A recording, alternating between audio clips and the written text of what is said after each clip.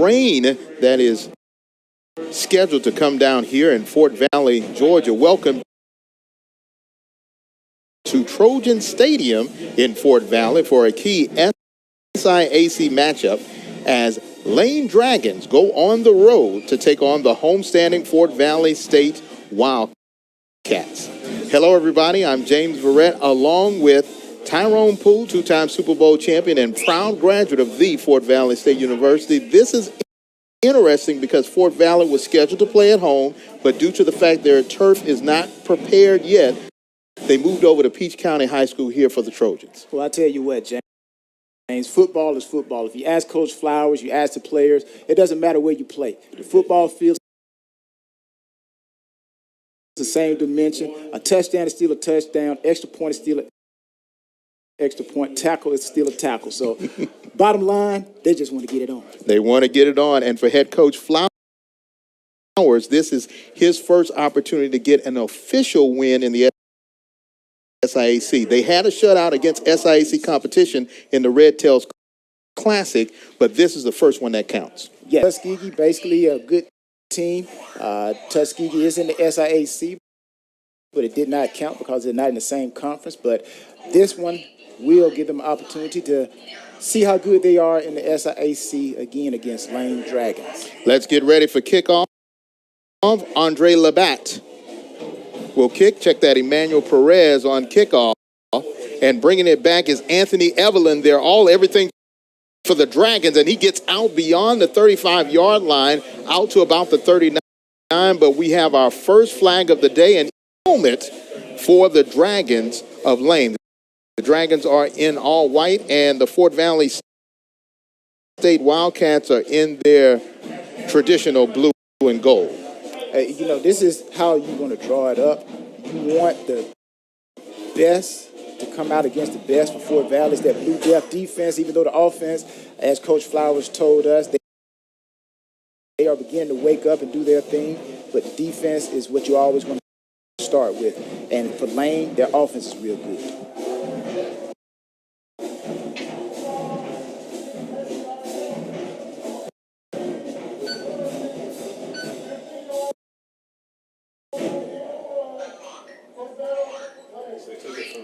And that penalty goes against Lane.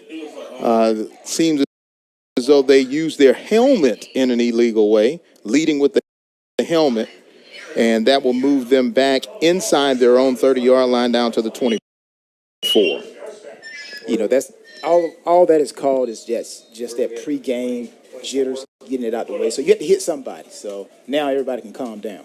All SIAC second team Tariq McKenzie at quarterback, and right now they have a stoppage of play. They're just trying to get the ball set and the clock rolling so they can get things going. But I tell you what, for this Lane offense, you better watch out for number 11, Burden, and you want to watch out for number 1, Evelyn. Those guys got NFL prospect potential. And this one is incomplete, intended for Anthony Evelyn. Looks like that one was a little bit too high for him. He stands at 5'9", 165. Yeah, 5'9". Still, it's all about talent. This guy is so good that even in the special teams would not kick to the guy. So regardless of height, this guy's dynamite. Trying to jump the defense off sides with the clap is Tariq McKenzie, but the Blue Def defense doesn't take the bait.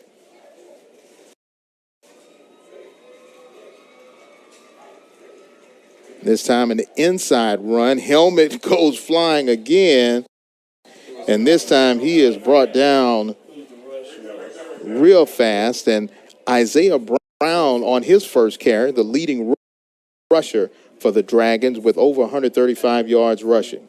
I've always said that you have only 3 types of offenses that you see today based off of the pass. You got the spread, you got the run and shoot, and you got the West Coast. And some of these formations are just a combination of all of those formations, those types of offensive philosophies. Trying to get the play in on 3rd and long. McKenzie getting some pressure on the backside. He gets the ball away. It's tipped. Great concentration and a reception made, enough for a first down, and they'll move the chains. Good catch there by Virgil Young, the junior, standing at 6 foot, and it gets it close to midfield. Yeah, you see Lane going with a hurry-up offense. Still a little bit of check with me, but they're really trying to set the pace and set the tone. And that's what you want to do when you are a road team. You want to come out and establish the momentum. So Lane, that's what they're trying to do now. McKenzie will give it back to Brown. Ike Brown gets beyond midfield and more. Inside the 40-yard line, brought down at the 39, a first down for the Dragons. And now seems though their engine is starting to run faster. Yeah, you see Lane line up in a 3-wide receiver set to the right side, which is going to force Fort Valley's defense to play to that strength, and they're going to run back to the weak side, as you saw on that last play.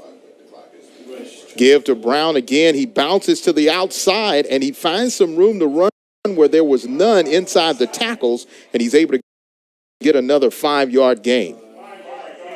Again, it's a numbers game. It's a number game. You want to put as many guys to one side and hope that the defense matches up, which is going to leave them one man short.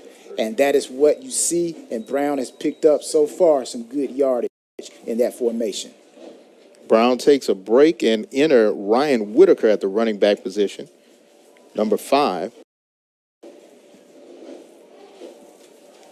A little bit of check with me going on here. Now this gives Fort Valley defense an opportunity to calm down and actually change up some things on defense.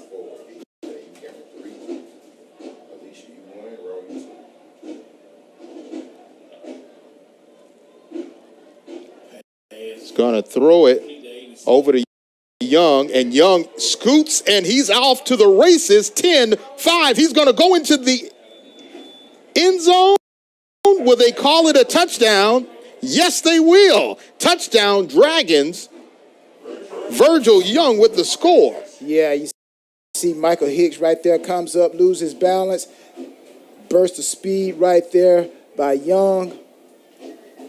Great play for Lane, lining up for the extra point. That's what you have to do. When you are a road team, you have to come out and you have to set the momentum. You have to come and set the tempo. So right now, Lane has the momentum. They're going to transfer that over to their defense. Now Fort Valley has to come back and counter what that momentum Lane College just established. Noah Schultz with the point after attempt, which is good. 12-14 to play in the opening quarter.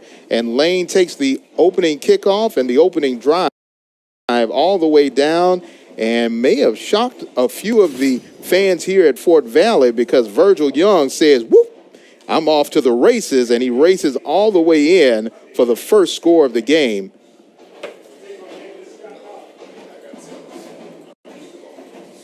That was a good one right there, Tyrone. Yeah, again, it started with Hicks not coming up, gathering his feet to make a sure tackle. That tackle should have been made right there. Over pursues, didn't break down. That gives the receiver an opportunity, Young, to use his speed, vision. Great blocking right there by number 15, Grasby. Touchdown, Lane. Now, when you're playing on a new turf like this, how important is it to do a little bit more when you're warming up, to work on your cuts to see if you're going to slip? Now, the thing about turf, you shouldn't slip.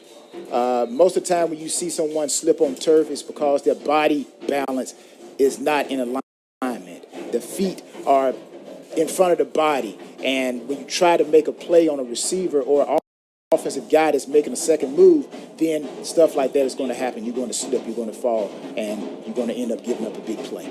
Schultz with the kickoff. He's back deep is Hakeem Ellington, and he will bobble that one, gets it at the 20, and he eludes 2 defenders, and now he has some room to run. He gets out to the 30, has some more room to run, and finally brought down at the 36-yard line. Great return after what could have been disaster. Good play from Hakeem. Yeah, again, anytime you drop the ball, usually there's a breakdown on the coverage team because they're now looking at the ball. Lane got out of their lanes and created a big play for Fort Valley. So Fort Valley has answered that momentum with this opening return. Now let's see if the offense, which Coach Flowers said, he's expected them to have their very best game today. Quarterback Tyrell Jackson, the sophomore, looking to throw. And he has a completed pass to Shamar Bridges, the senior wide receiver that we may be talking a lot about today. He stands at 6'5", over 200 pounds, from Jacksonville, Florida, by way of Tuscaloosa. Yeah, and on that play, the people at home didn't see it, but I'm pretty sure Fort Valley coaches saw it. But still, number 8 was running straight up the seams wide open. Just so happens right there, Jackson threw the ball to Bridges, and Bridges is another NFL prospect. Jackson again, he gets it out to Bridges, and Bridges shows that he can take it to the second level, enough for a first down, moving deeper into Dragon territory. Yeah, this is the guy, Bridges. You got to say, okay, where is he every play? Every play. If they're going to be guys that are going to beat us on offense, Bridges is not going to be that guy. So I'm pretty sure that's what the defensive coaches are telling their players, and that's what they practice on. So far, they've gone to Bridges. He's 2 for 2, been targeted twice. He's caught 2 passes.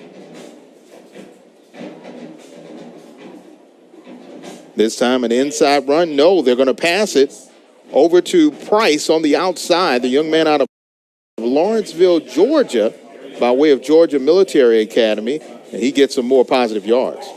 Yeah, now Kennedy, number 3, who made that tackle, he's another prospect, okay? So we got a lot of NFL prospects out here on this field today. So, again, it's going to be a great matchup, receivers versus DB. I'm looking forward to seeing Kennedy go against Bridges. I'm looking forward to seeing how this offense of Fort Valley goes against this defense of Lane College, because they have some great defensive ends, too.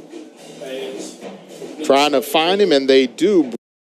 Bridges, he breaks one tackle, and then it takes 2 more Dragons to bring him down. He gets into the red zone down at the 16.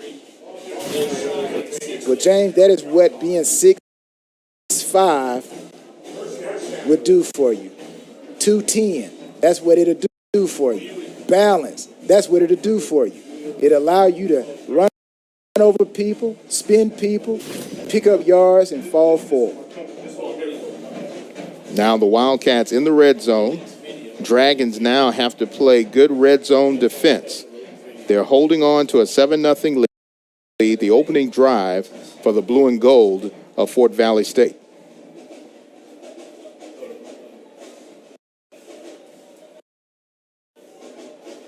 Williams on the carry, and he goes nowhere fast. A bunch of white shirts snuffed that one out real quick. You know, normally you're going to see as offenses get close to the red zone, which Fort Valley's in the red zone. The red zone is considered, for most teams, anywhere to 25 in to the goal line. Some teams see it as the 20 yards in. But you're going to see that this becomes an advantage for the defense, because now they're not worried about the long ball. You can actually play tighter defenses, and you're not going to see too many runs given up unless a defensive player gets out of alignment. So it's going to be very critical to see how Flowers plays these calls. They sent Pimenta in motion, and they get it over to Pimenta on the far side, and he gets down to the 10-yard line. Close to a first down. They can get a first down without scoring. First reception for Cordell Pimenta.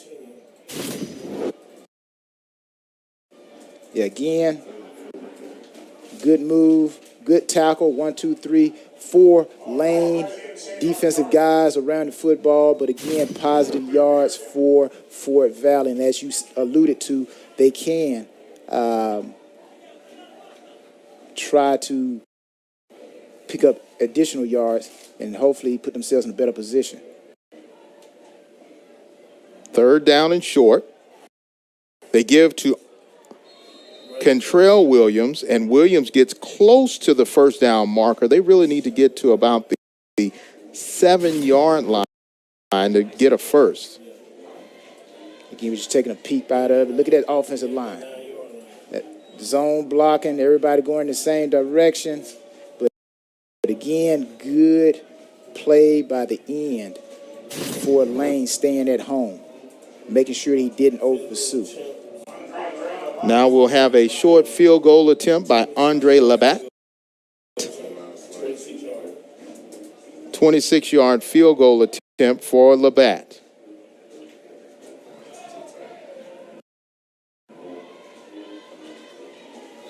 Kick is up, and it is good.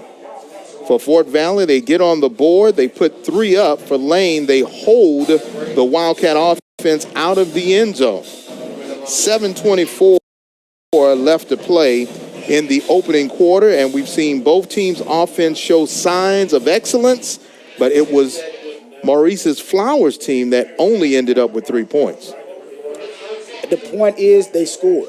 That's what Fort Valley's telling their players, Coach Flowers, offensive coordinators. They're saying, okay, hey, great drive, guys. We moved the ball down the field. They scored. Lane, they're coming out. Their coaches are saying, okay, guys, let's keep the momentum going. Let's keep it going. Let's go out and score. The way the thing is going, James, we could have a high-scoring game. The sun is coming out here in the valley, and the fans are piling in, and the band is playing. Hey, let's strike up another big play. That's what Lane is saying, and Fort Valley defense is saying, hey, let's get away from it, guys. Let's stop it. We'll take a break. We'll be right back on ESPN. Fort Valley, their drive was 8 plays, 54 yards, ate up 4 minutes and 24 seconds, a 26-yard field goal, and they are on the board, but they trail 7-3. Evelyn back deep for Lane. He is an electrifying player. Emmanuel Perez will do the kicking for the Wildcats. Playing at Trojan Stadium in Peach County High School. They're still putting the finishing touches on turf at Fort Valley. They'll be back home for their next home game. Evelyn will take it at his own 15. He uses his speed to get out to about the 32 inside a sea of blue shirts when he was brought down. Yeah, James, the way, again, like I said, the way this game is going, you got Evelyn right there. He could take it back at any time. Both offenses came out and scored, put points on the board. And just for the record, the highest score between Lane and Fort Valley was back in 2015. It was 50-30. And wow. I'm like, the way these two offenses came out and scored on their opening possession, looked like it may be a offensive fest again today. No doubt about it. Tariq McKenzie getting his second opportunity now, their second drive. First one went about 6 plays, 76 yards with a 35-yard touchdown to Virgil Young. This time they're going to do a dipsy-do. They get it over to Evelyn on an end-around, and he eludes one defender and finally is taken down at about the 38-yard line. But you see the speed there from Anthony Evelyn. Yeah, again, you got Hicks and you got Andrews. They're staying at home. They're trying to get the ball to their playmaker. You're going to see 26 right there and 14 right there. Way to stay at home. Turns that ball in, makes the tackle. Keeper for McKenzie, and he may have gotten 3 yards on that carry.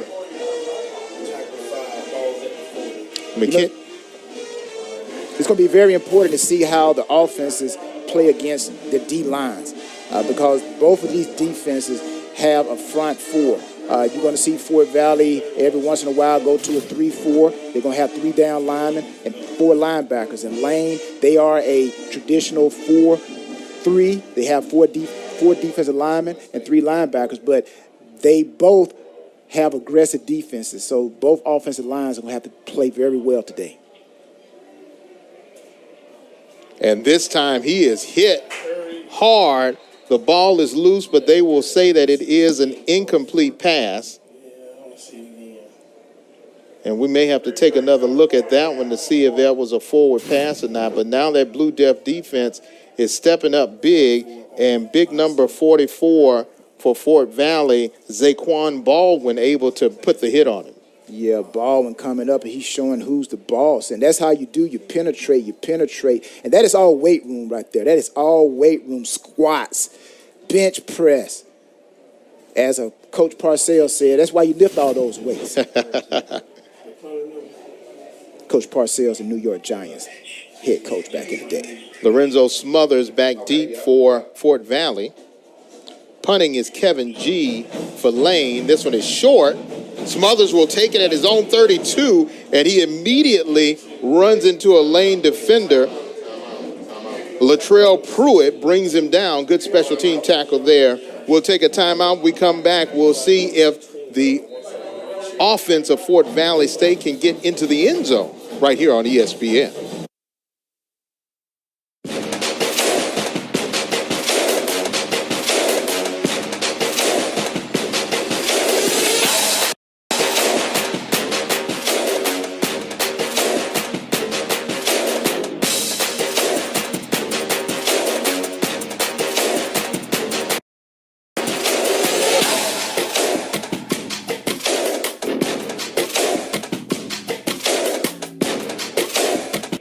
After a good return by Smothers, Fort Valley State gets their second opportunity to try to score here in the opening quarter.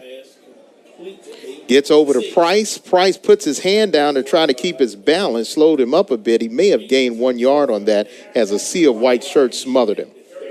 Yeah, you saw Bridges come in motion right there, and basically Fort Valley ran again. Like I said, all these routes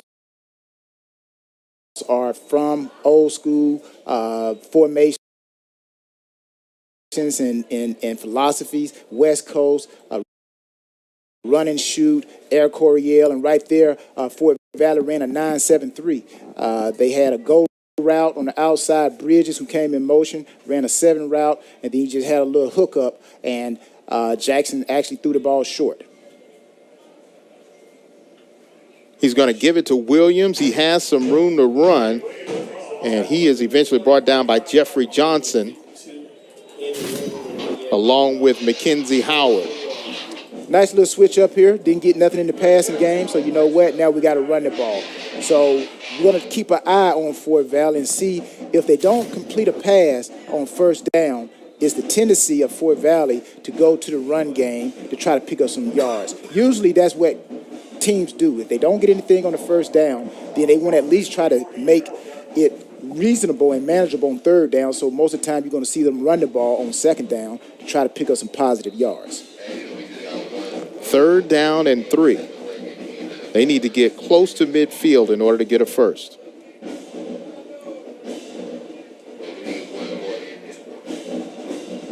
Now, the one thing that I would do if I was on defense, I would have my guys to move around, not to just stand there, because that's what the check with me is all about. You're trying to see if it's 1 safety high, 2 safety high, see where they're lining up, and then they call the plays accordingly. And looks like they may have had a delay of game. And that's what check with me will do with you as well. It'll get you into a delay of game.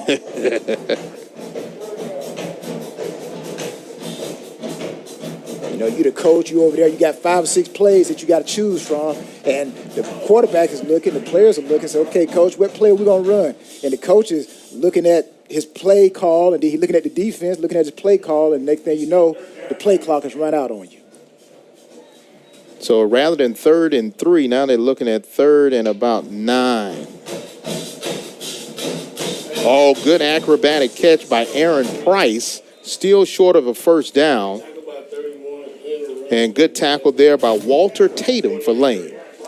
Yeah, Jackson here, drops back, looking to his left, trying to throw off the safety. Little high throw there. Still a good catch. Tackle. Again, in the gun. And for those who are watching, when you see a quarterback in the gun, when he takes a 1 step, that's equivalent to a 3-step drop if he was up under the center. If you see the quarterback in the gun, he takes a 3-step, that's equivalent to a 5-step. And most 5 steps are intermediate routes. So he didn't see anybody downfield, so he had to throw it short.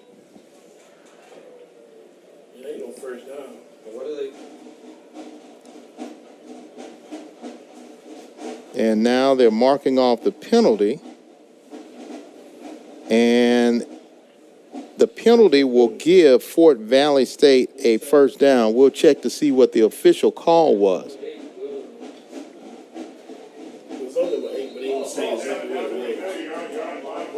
So we're right at the 49-yard line, and the drive will continue for Fort Valley after the penalty. Pitch and catch. Oh, good tip, but the catch was made. Jeffrey Johnson for Lane had the tip, but the reception was made by Aaron Price. Great concentration. Again, fake to the running back here, a little RPO, passing, trying to catch that backer coming up because the backer is going to try to react to the fake, the play action, open up that zone, that little void there, and actually was able to get the ball in even though it was tipped. Byron Brown trying to get his defense to hold their bend, but will they break on this drive? Another pitch and catch, and this time he finds one of his favorite receivers, Shamar Bridges, and that 6'5" frame, he can block anybody out. Yeah, you look at that formation right there, it kind of reminds you of a what we would call an ace formation. We got 2 tight ends, 2 wide receivers, 1 single back. Fort Valley's just doing it with wide receivers. Again, Bridges, he's the go-to guy. Another completion. I don't think he's dropped the pass yet. First down now, ball at the 26-yard line. No, they took it back to where the line of scrimmage was. Jackson, this time another pitch and catch, finds Bridges again, but this time he was wrapped up immediately and brought down. Yeah, again, got Lane coming in with a little safety blitz right there, corner blitz by Johnson. Johnson quite didn't get there, so now you got 27. He has to make a sure tackle on Bridges, and that's the thing about that play. If you're going to blitz the corner, you got to make sure that the actual safety is actually over to make that tackle, because if he doesn't get over in time, that is a big play potential there. Alan Tucker, the cornerback, has a big job trying to corral Bridges. This time an inside run really goes nowhere. They may have gained 1 or 2 yards. Tackle made there by Kwame Riley. The sophomore stands at 6'1", 280. Yeah, Williams, number 32 right there. He's going to have to be a big supporter of Jackson if Jackson is to throw the ball to these great wide receivers that he has, because it doesn't do any good if you don't have a good running game. You have to be able to keep the defense honest with the pass and the run. The run sets up the pass sets up the run. Third down and long. Terrell Jackson with time. He's going to throw and find no one, and now there's a flag. Possibly could have been roughing the passer. Asmar Hassan was there to put the hurt on Jackson. So you call it the hurt. Call it the hurt. They come in with a blitz. That's what the blitz is all about. You want to hurt them. You want to make a big play, and right there, Lane comes up with a blitz. Jackson delivers the ball. I don't know. I'm like, sometimes it's kind of iffy. I'm like, they should just have the quarterbacks, I think, to play with red jerseys on. Well, he did lead with his helmet. Football is football. I can understand if he pile drive him into the ground. But I'm like, come on. His momentum. The momentum. Watch his momentum. You can't stop your momentum. Now, if he had just drove the quarterback into the ground, then I could accept that. But the momentum. Come on now. Well, obviously the referees thought player safety above all else, and they'll give him a first down in the red zone for the second time this afternoon. James, I think you would have gotten all kind of penalties if you had been. I would have. Contrell Williams now inside the 5, down to about the 1, and the big back standing at 5'10", 225 out of Jacksonville, Florida, makes his biggest play of the day. Again, here we go, giving it to Williams. As I said, if the passing game is going to strive, it's got to be the running game that helps it out. And they give it to Contrell Williams again, a 1-yard plunge and a touchdown for the Wildcats. Well, that's how you do it. You get a big run with Williams, and then you come back and you quick huddle and give it to him again and let him finish it off, and that's what Williams did. Finished it off for a touchdown for Fort Valley. Again, Fort Valley offense, Coach Flowers told us he's expecting these guys to play phenomenal today. Their best game yet. Point after attempt by Labatt. And this one is mishandled and on it. So they Wildcats, who have a 9-7 lead right here on ESPN. Drinkware, canopies, and grills. So don't wait.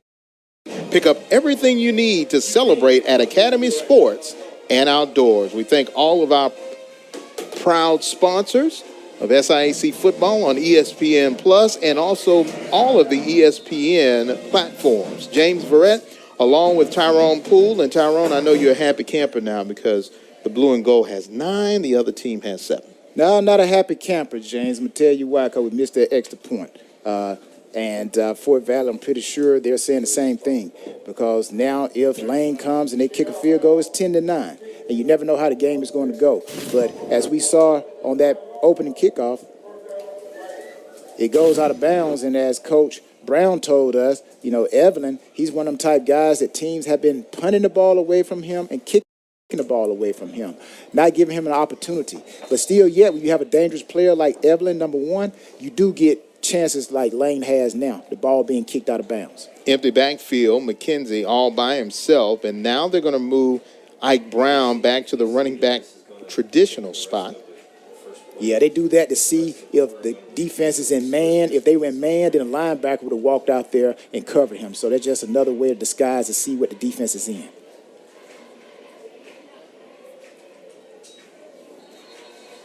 And timeout was called by Byron Brown, the head coach for Lane, in his first season, along with Maurice Flowers, who is also in his first full season. There's a timeout. We'll keep it right here.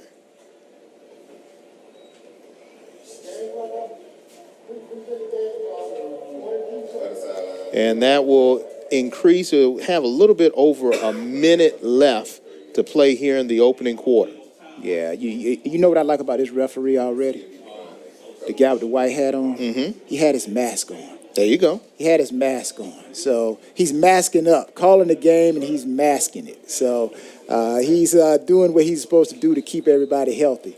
Hopefully he'll keep that yellow hanky in his back pocket, too. Keep the mask on, hanky in pocket. There you go. Oh, goodness. We'd rather see the black mask than to see the yellow hanky. I understand. Lane and Fort Valley.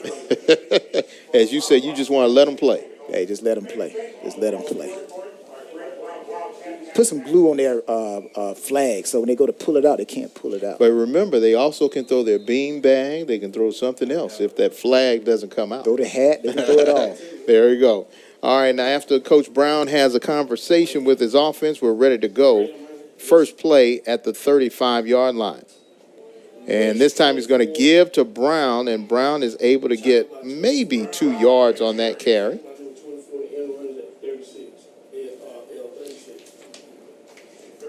And that defensive front for Fort Valley, pretty formidable. They have guys 300, 285, got a speed guy at 220 and 260.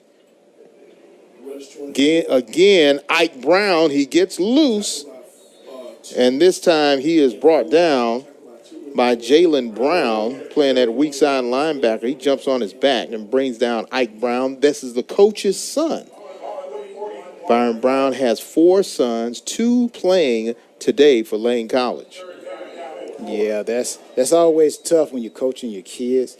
I know, for example, for coaching my son, to coach your own son, they are around you 24/7, and there's no break. So you have to know when to become a coach and when to become a dad. So Brown right there, he's a good guy, good runner, hard-nosed runner. Quarter has come to an end. We have 3 more quarters to go as Fort Valley has a 9-7 lead. You're watching SIAC football on ESPN.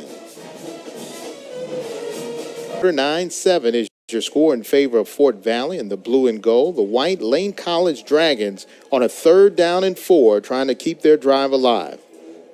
McKenzie, the quarterback, he's going to tuck it and run. He has a enough for the first down. He stretches out and looks like he's going to get it. Noah Waller able to make the tackle there for the Wildcats.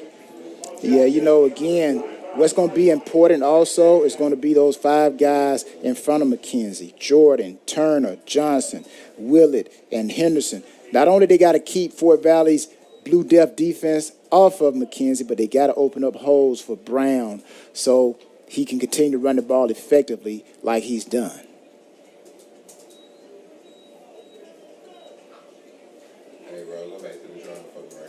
Ball at the 46. The last one was run 4. They're going to give it to Evelyn. Evelyn trying to find some room to run. He eludes one defender. He's going to cut it back, and now he has a lot of room past the 40, the 30, and he's eventually brought down at the 25-yard line, and that was a touchdown-saving tackle by number 3, Tyler Moore. Well, I tell you what, when you start pointing your arm, you're pointing your finger, you know something big is about to happen. And right there, Evelyn makes it happen for Lane, picks up big, crucial yards for this offense, and now they're threatening to put points on the board again. She's not running the tackles down. See that drone right there? And there's the drone. Man, technology, man. That's the guy who was going to. And that's his drone. So that's a Fort Valley. He has a Fort Valley shirt on. That's his drone. You guys got a drone, Tyrone. Technology, man. Hey, try to cover the game any way you can. McKenzie will keep it off the high snap, and he's able to get possibly 3 yards right at the 20-yard line. Yeah, talking about that drone, you know, I remember when I played here at Fort Valley, which back many years ago, you know, we didn't have things like that. You know, just the way the offenses have evolved has changed. So when you see drones on the sideline, back in my day, if I saw a drone, I would have been hitting the ground, running for cover. Go into the locker room. There's an alien outside. 6 yards for the first. McKenzie throws a bullet, and this one high and incomplete, intended for Joshua Burton. Again, Burton is one of those guys covered right there by number 23 for Fort Valley, Maddox. But Burton is one of those guys, again, NFL potential. McKenzie kind of overthrows him. He was open, so look for Lane to go back to that matchup and that play. Third down, they've had some conversions on third down so far in this drive.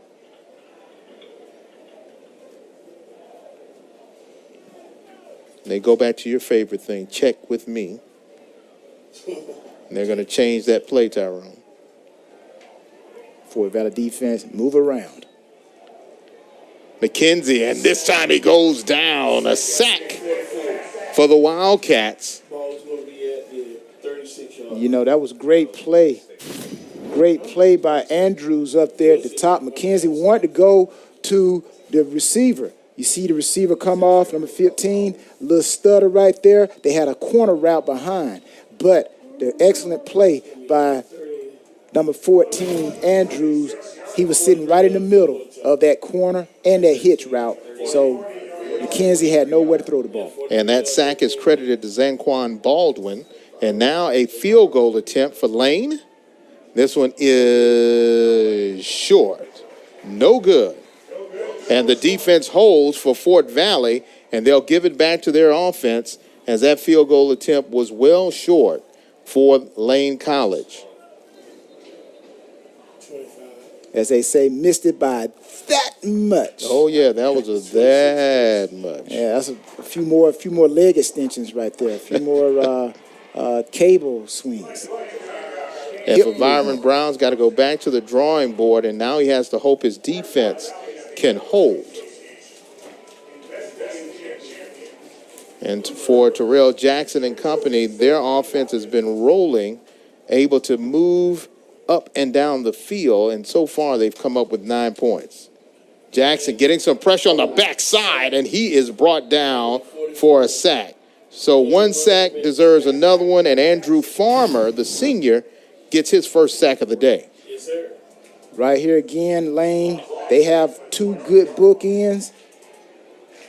Quarterback coming from his blind side. That's why it's so important that the offensive lines block very well. And you see 77 Faust right there. He knew. He was like, oh, if I could just tell Johnson, look out, watch out. That's what they call it, right? A lookout block. Watch out. That's why it's important to have that left tackle to protect the quarterback's blind side. 5-yard loss, 2nd down and 15. They move Bridges in motion. Now they find Bridges, and he takes a lick, but he has enough for the 1st down, 16 yards on that pass completion. Again, Bridges comes in motion. He just runs into the gap. On the outside of him, they had a vertical and actually 2 safeties. So the safeties have to go on 1 vertical, and Bridges just actually found a soft spot between those safeties, and great throw by Fort Valley's quarterback, Johnson. And now we have Nigel Canada down for Lane College. This could be a huge blow for the Dragons. He is one of their senior leaders and one of their best defensive backs. We'll take a break. We come back. We'll see if Fort Valley can continue their momentum here in the 2nd quarter on ESPN.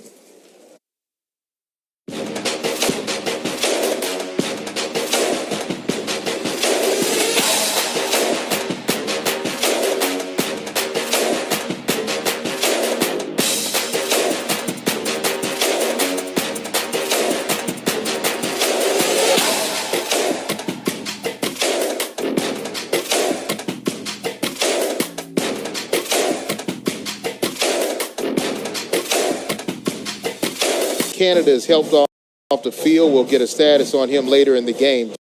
Jackson looking for a receiver. He finds one. Looks like he has enough for a 1st down and more. Good reception there by Taji Steele. And he is into lane territory. His first reception of the afternoon. He plays the slot position. Yeah, Taji Steele, a little drag route right there, running behind the backers. The backers don't see him because Johnson is rolling out.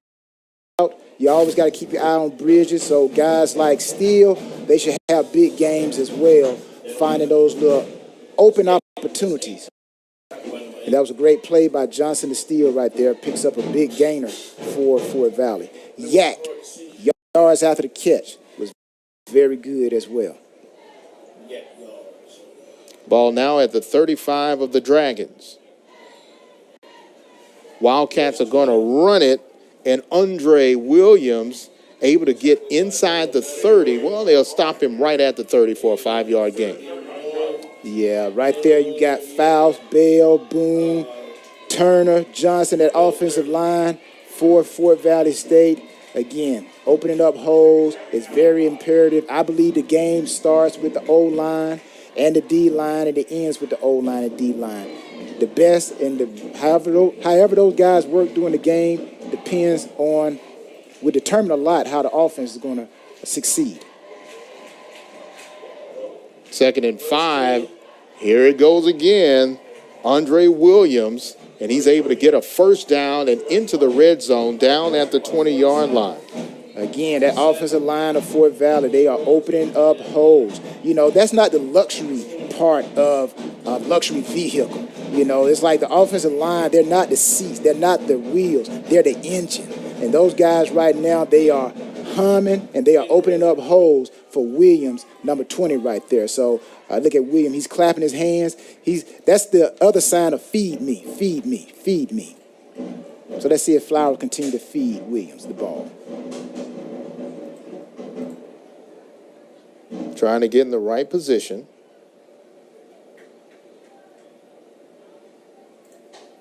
Jackson now with a bullet inside and touchdown.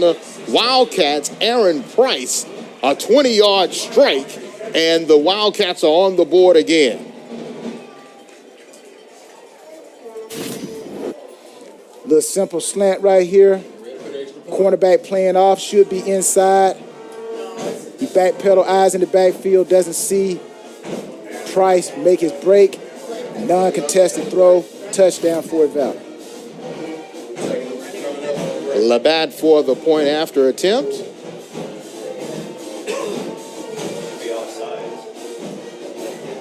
And kick is good.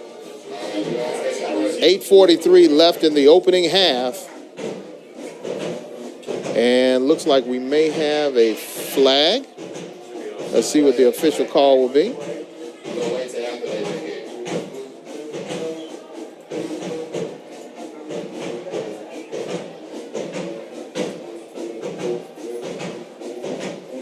And the band is playing, and the student body who have made their way over here to Trojan Stadium on the campus of Peach County High School are enjoying this.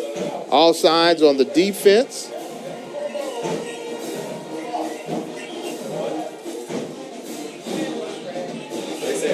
And they're going to redo the kick. They're going to move it half the distance to the goal. So now the offense has to get on the field. Seems as though they didn't know. And now the players are trying to rush to get their helmets back on. And they're going to get back on the field. There they go. It was a little delayed action there.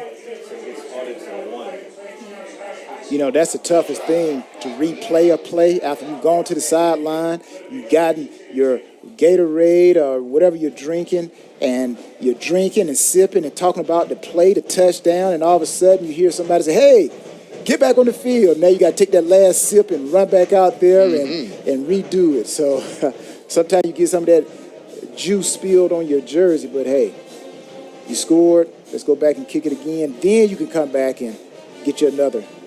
Looks like they're going to go for it. Go for 2 points. And this one inside for an easy 2-point conversion. Marlon Fleming, the graduate transfer out of Indiana State, gets 2 points on the 2-point conversion. And now it is a 10-point lead for the blue and gold of Fort Valley State, 17-7. And yeah, you can jump up in the air. I used to be able to do that many, many years ago. We'll see if Lane can answer right here on ESPN. Necessarily on the campus of Fort Valley, just 3 miles away at Peach County High School. James Verrett along with Tyrone Poole. We're here because they're still doing the finishing touches on renovations to the stadium on the campus of Fort Valley State. They'll be there for their next home game, but right now, home away from home is just like home as they have a 17-7 lead. Andre Labatt, check that, Emmanuel Perez will do the kicking for the Wildcats.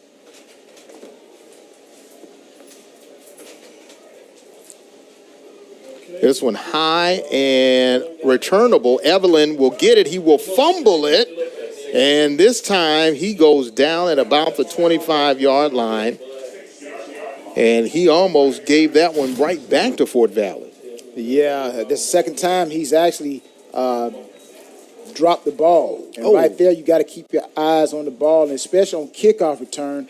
The key to kickoff return, you got to catch the ball on the run. And you're supposed to catch it in that bread basket. That's what they call it. But right there, Evelyn took his eyes off the ball, and the ball's on the ground. You can't have that. And he is a guy that the NFL is looking at, and I'm pretty sure they're saying you can't do those type of things and be on that next level. Dragons trying to cut into the 10-point lead, but this time Brown is met by a sea of blue shirts leading the way. Number 3 for Fort Valley, Tyler Moore. Yeah, again, you see the linebackers come up, take on the blocks, the D-line.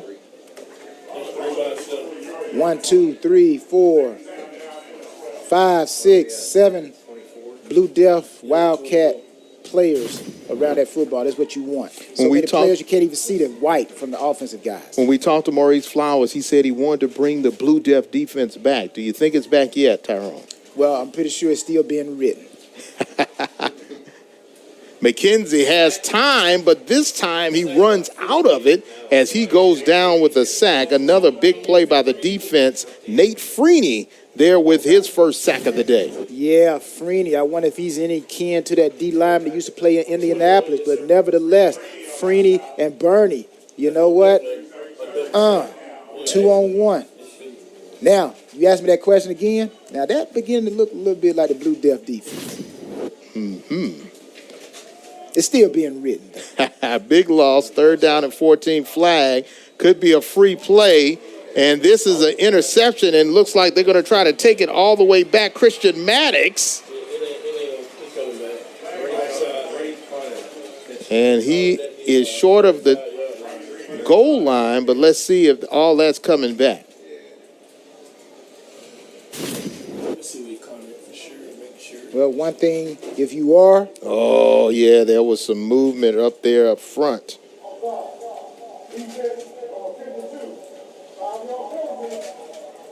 yeah, right there. You got when you're over the ball. In my mind, there's no excuse for you jumping off sides. You are right there by the ball. Now they work on a drill in practice every day where the coach has a football attached to like a little broom handle, and he works on them watching the ball. So there's no excuse when you're that close to the ball jumping off sides.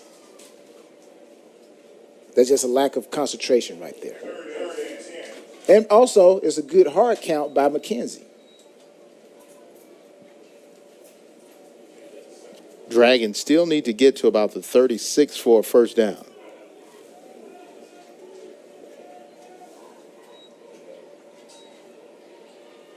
Pass. And it's a reception. Evelyn has the ball, and when he gets it, he can run off to midfield inside the 40 and steps out of bounds at the 36. That's what Evelyn can do. Anthony Evelyn is an electrifying player when he gets the ball. Yeah, 5'9", 155. Jacksonville, Florida. Again, get the ball into your playmakers' hands. McKenzie drops back, little 5-step action there, even though it's a 3-step drop in the gun. Get the ball to McKenzie. He uses his speed. Kind of got the Fort Valley players out there kind of like the Three Stooges, stumbling all over each other. But that's what great talent can do for you. Get the ball into your playmakers' hands and let them run with it. David Rose at 29.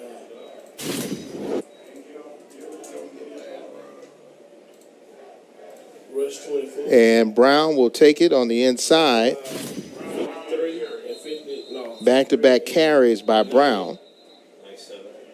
97. Yeah. You got number 12 right there for Fort Valley. Anderson, he's another good player. Fort Valley got a lot of good players, as Coach Flowers told us, on his team. So he believes in bringing in high school players and start them up in the program of Fort Valley. He told us he never will bring a one-year player in because he wants them to understand what Fort Valley tradition is all about. Definitely a deep tradition of winning, and also a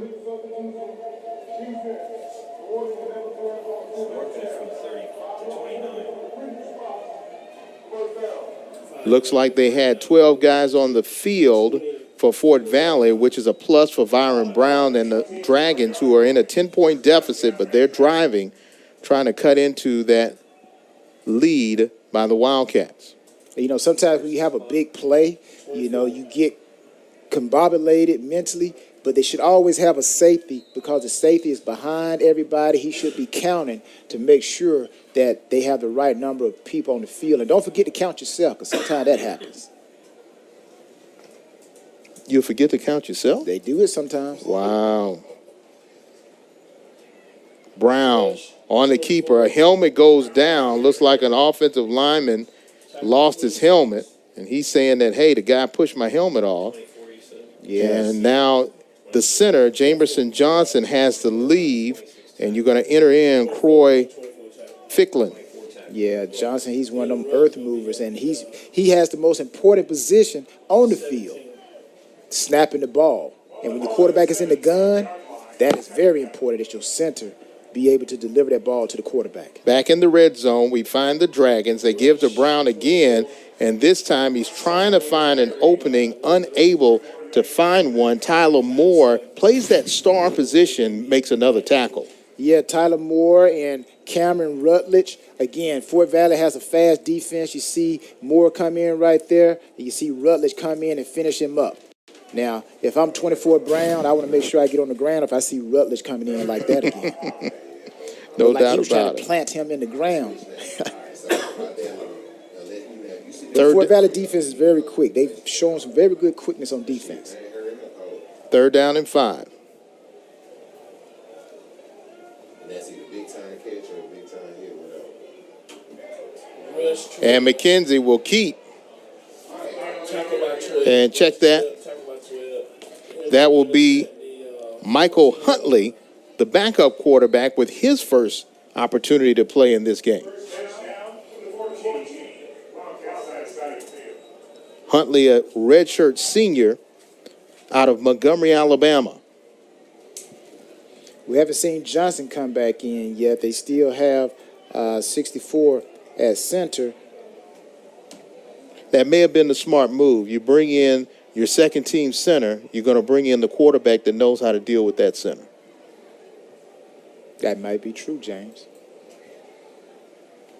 I know you played football before, James. Way many moons ago. Huntley, throw, pitch, and catch. Good job of finding his receiver. Finds the big guy, number 85. Logan. Big Logan. Yeah, 6'2", tight end. Joseph Logan. So, again, Lane has a lot of guys they can throw the ball to. And it's just a question, can they get the ball to them?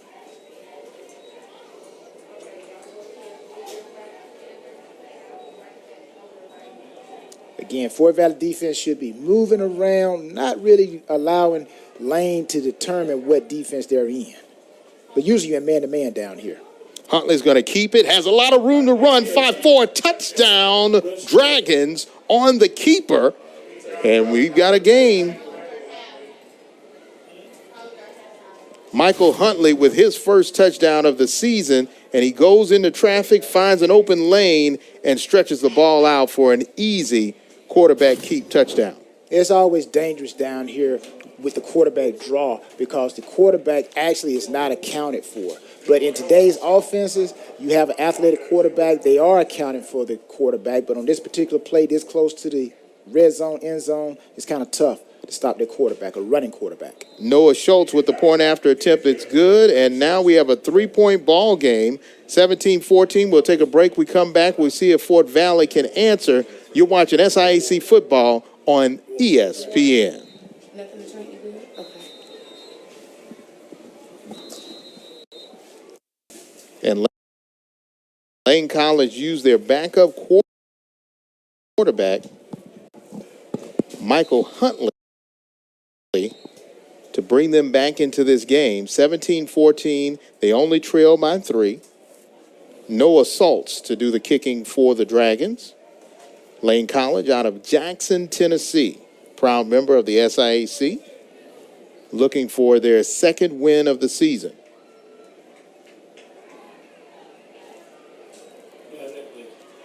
Harrington will try to bring it back, and he is met quickly and dealt with by Jaden Jackson, the defensive back for Lane. Yeah, you know, back in the day, I used to return kicks my freshman year, and this is the reason why I went to punt return. Watch this hit come up. Right there is why I went and started returning punts. Because kickoff, those guys come down, they're coming down to knock somebody out, stay in your lane. Lane does a good job of staying in their lane, and they make the tackle. So that's how you come down. Good job by number 47 for Lane College. Jones right there, linebacker. And we see the Fort Valley fans, the student section, having a good time. They had to travel 3 miles away from their dorm in order to enjoy this afternoon's game. Jackson trying to find Bridges, and he is upended by Jeffrey Johnson. Yeah, Jeffrey Johnson looked like he almost got there a little too soon, but nevertheless, right there, like he might have got there a little too soon. But the ref didn't see it. You know, and sometimes here, I'm going to just go out on a limb and say this. Sometimes you just got to let them play football. You know, you're going to get it. Calls like that going to happen. Things like that going to happen. And I'm pretty sure the receiver going to push off at some point during the game. So things going to happen. But when it's an obvious call, then you got to make that call. But nevertheless, he got there a little too soon. The flag wasn't thrown. Let him play ball second down. Jackson still looking to throw the football. And this one incomplete. They're trying to look for a flag. No flag was thrown. Intended for Shamar Bridges again. But this time, defensive back played a good job. Looks like Alan Tucker there on the coverage. Yeah, Tucker did a good job. You see Johnson looking to his left. Go to my go-to man. If nothing else, throw it to Bridges. Bridges goes up, but guess what? Tucker said, hey, I'm right there with you. Right there with you. Great play by Tucker. Great effort by Bridges. Third down. Fort Valley need to convert. And if you're Lane defense and you're Lane college fans, you need the defense to get off the field right here. Give the ball back to your offense. They went down and scored. They got a little momentum with Huntley. Let's get the ball back to our offense. Fort Valley, let's pick up the first down. Jackson getting some pressure. He's going to throw it sidearm, and he does find Price. And looks like it's enough for a first down, and they'll move the chains. Good catch there by Aaron Price. Yeah, you know, we were talking to Coach Flowers and we were talking to Brown, and both of them, Coach Brown for Lane, and both of them said that third down is imperative. You got to come up and get the first down when it's third down. And Fort Valley does a good job, converts on third down, keeps the ball moving, and keeps the momentum going. Gets it out to the 40-yard line. Jackson still getting some pressure. And completion again to Price, and he gets another first down. Now they're in Dragon territory, another 10-yard catch. You know, Fort Valley's line is doing a great job of keeping Farmer, defensive end, 44, which we haven't seen him be effective, and also McKenzie, 32, DN. Really haven't seen him be effective. These are their bookend defensive linemen.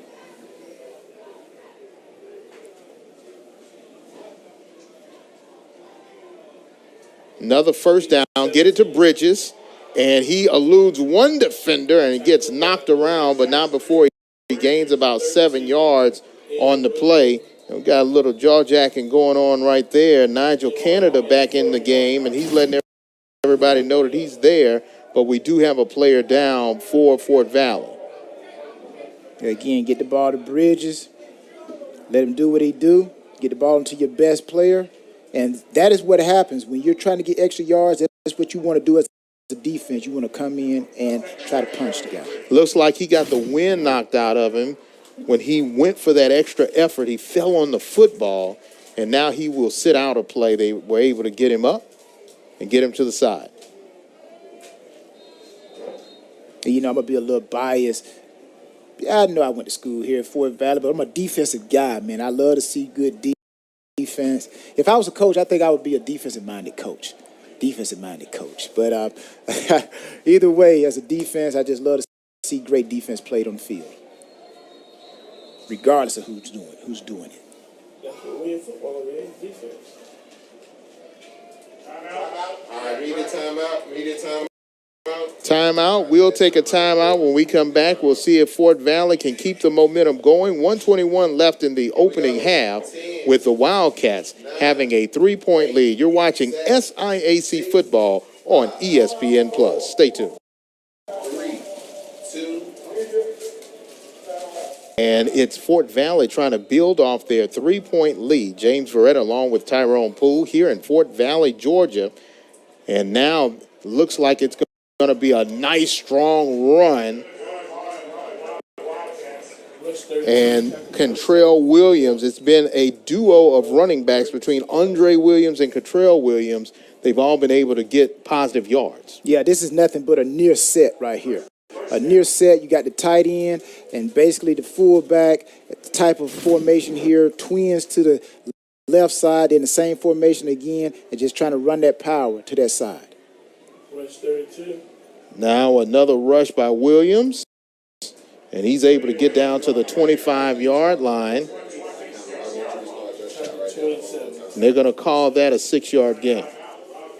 And a timeout called by Fort Valley. And if you're the Wildcats, Tyrone, at this point, you want to, even with 47 seconds, you still want to keep it on the ground and keep it going, keep that ground momentum going.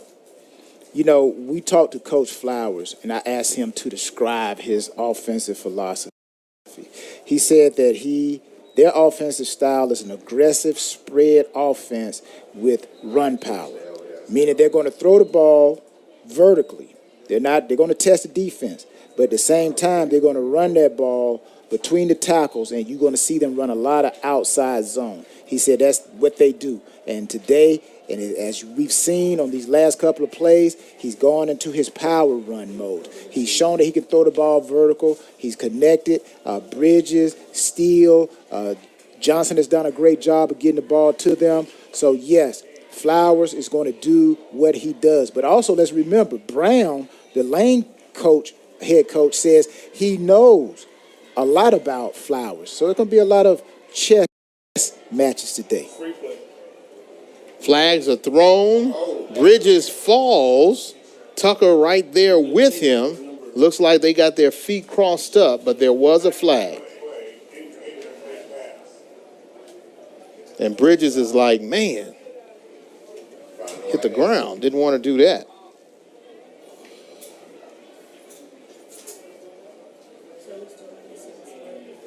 Well, penalty gonna move 5 yards, so you should give him first down.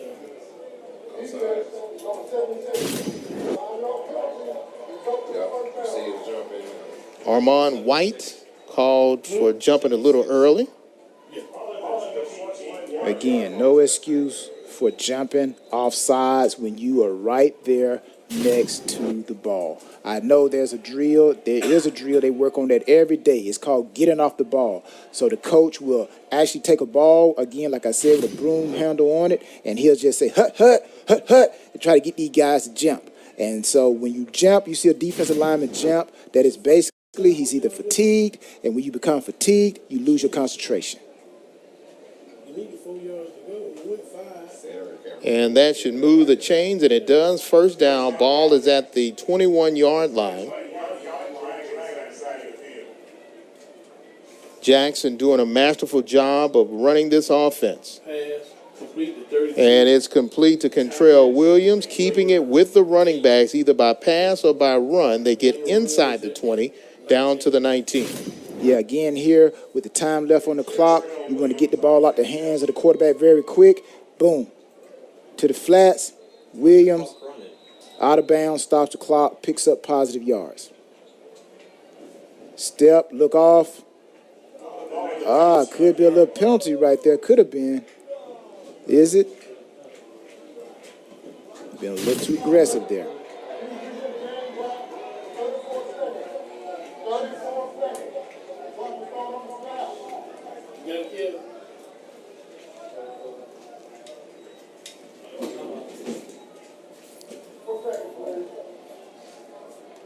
See, Lane College kind of got away with one right there with the, could have been helmet to helmet there.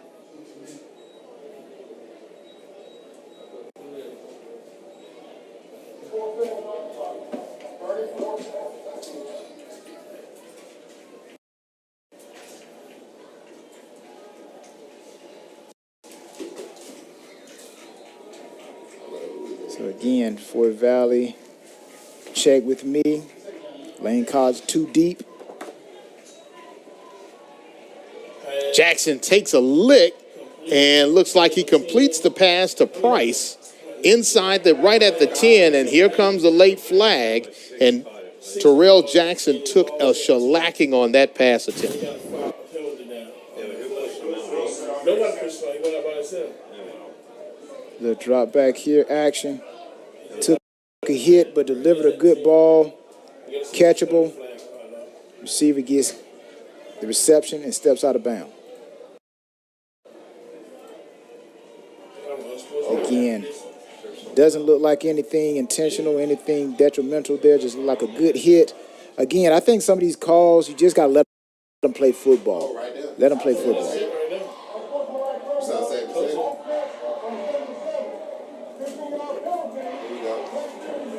And you see right there, Tamaj Faust.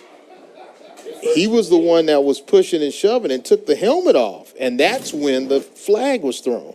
I think he was trying to defend his quarterback, but he did it the wrong way.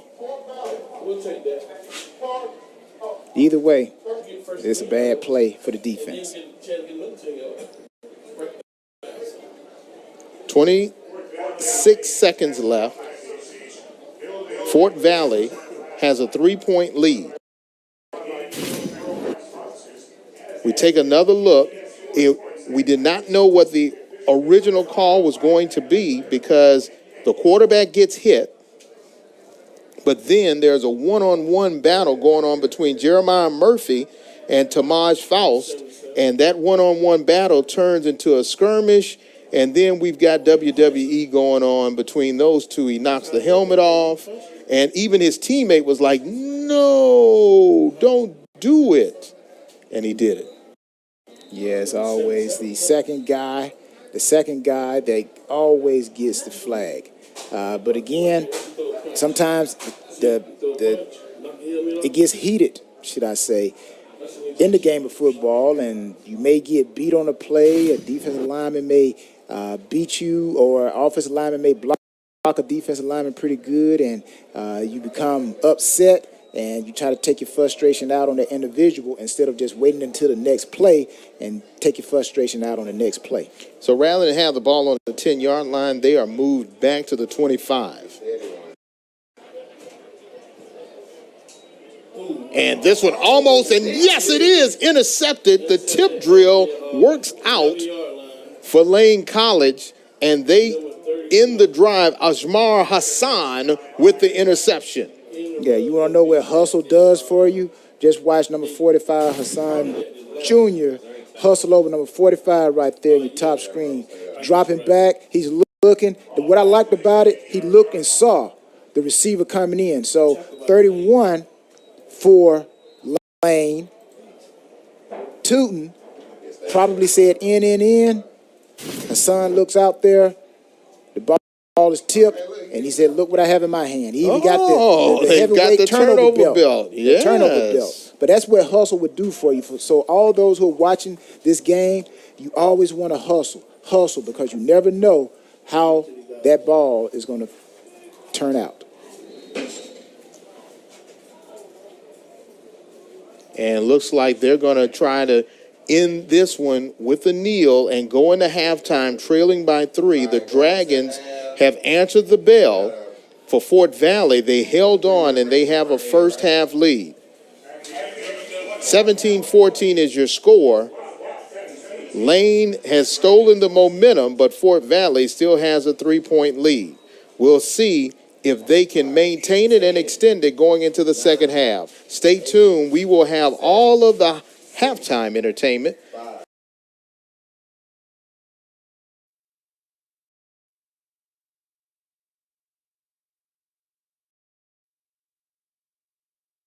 Action of SIAC football on ESPN. 17-14 is your score in favor of the Fort Valley State Wildcats. In front of you now is the Lane College Marching Band. Enjoy the Lane College Quiet Storm.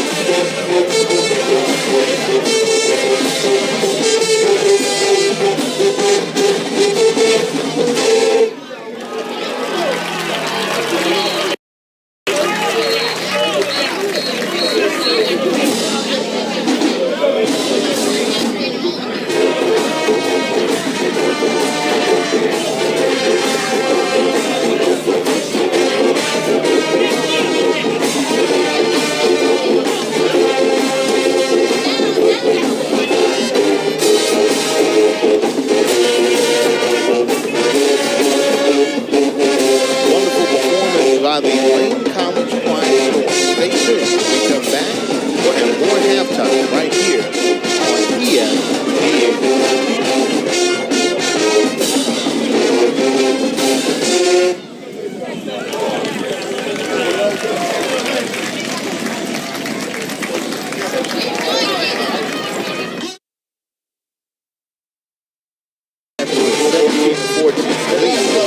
Entertaining you now, the Fort Valley Blues Marching Machine Band.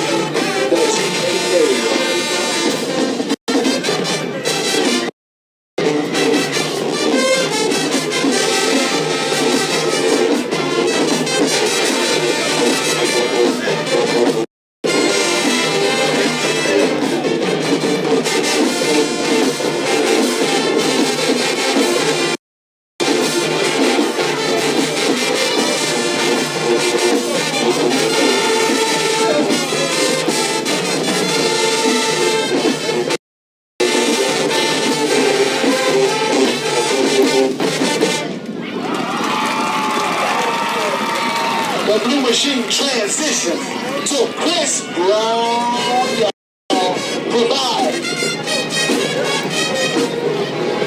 This is where everything is about to go down. When the Blue Machine on the four lines and turn it to block band, it is about to go down. Scoop by Young Thug. Oh, you let me say, yeah! That way, y'all! Come on now!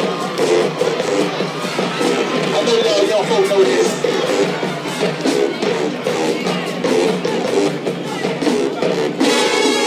Cognac Queen by Megan Thee Stallion, y'all! Come on now! Never mind, y'all! Give it to 'em! Look at the 45 and the 45, the drum maker dog, giving you all they got.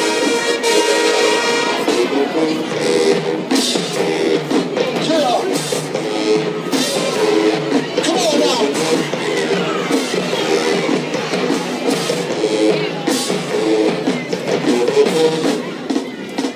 Touchdown, y'all.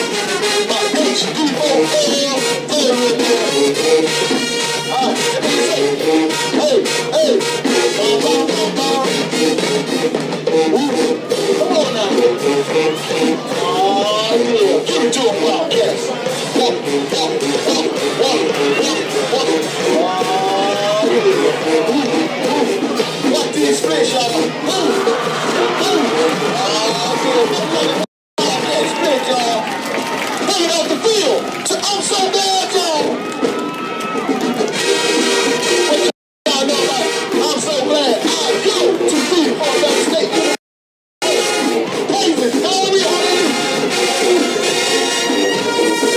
Another fantastic performance by the Fort Valley marching band. Halftime continues. Fort Valley State has a 17-14 lead. You're watching the SIAC on ESPN Plus. Stay tuned.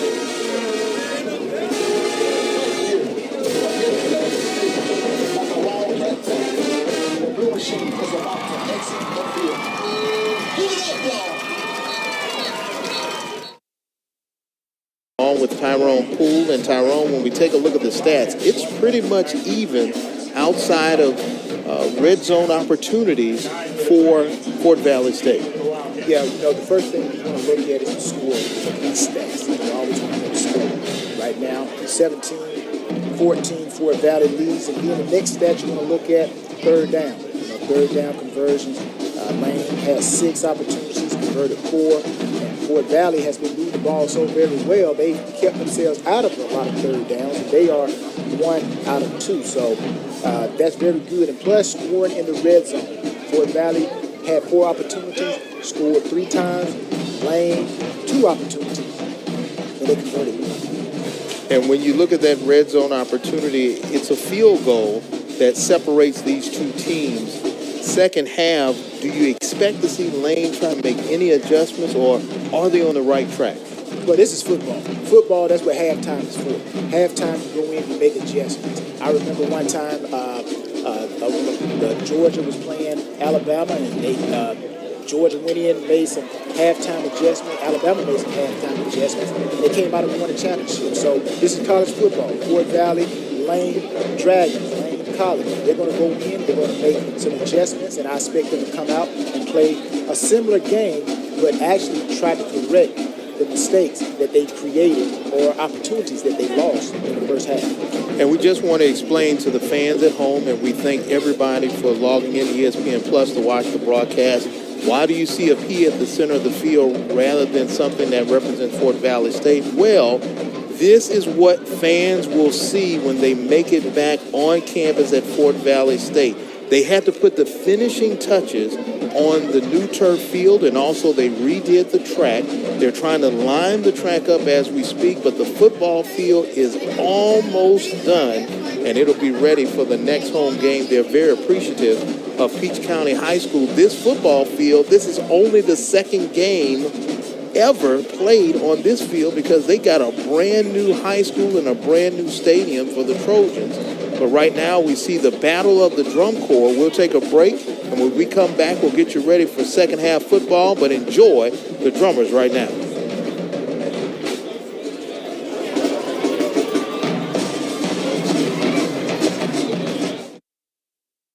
Live here at Trojan Stadium in Fort Valley, Georgia, the temporary home for Fort Valley State. They have a 3-point lead and will receive and have first possession starting the third quarter. Ellington on the return. He eludes one defender, and this time he is brought down. Good form tackle there by number 25 for Lane College. Yeah, so we get an opportunity to see what the two coaches talked about at halftime, as we spoke about, making adjustments. So we're going to see what type of offense that Fort Valley comes out with. Will they stay the same, or do they switch up? And we'll see if Lane, will they bring more pressure, or what do they do? Halftime adjustments. That's why we go to halftime. Ball is at the 33-yard line.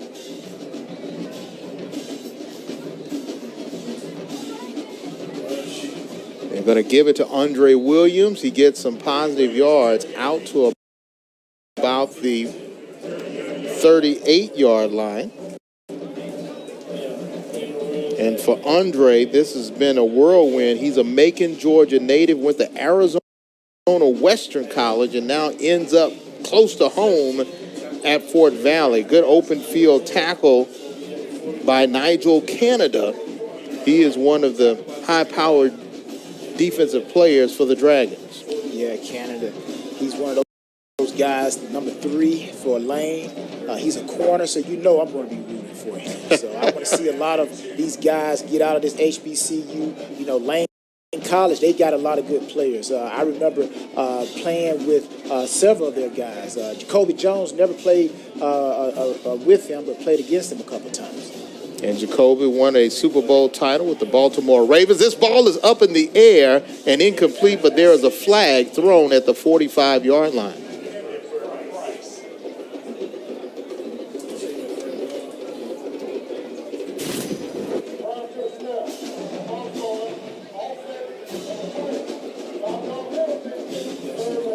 False start, which will move him back 5 yards.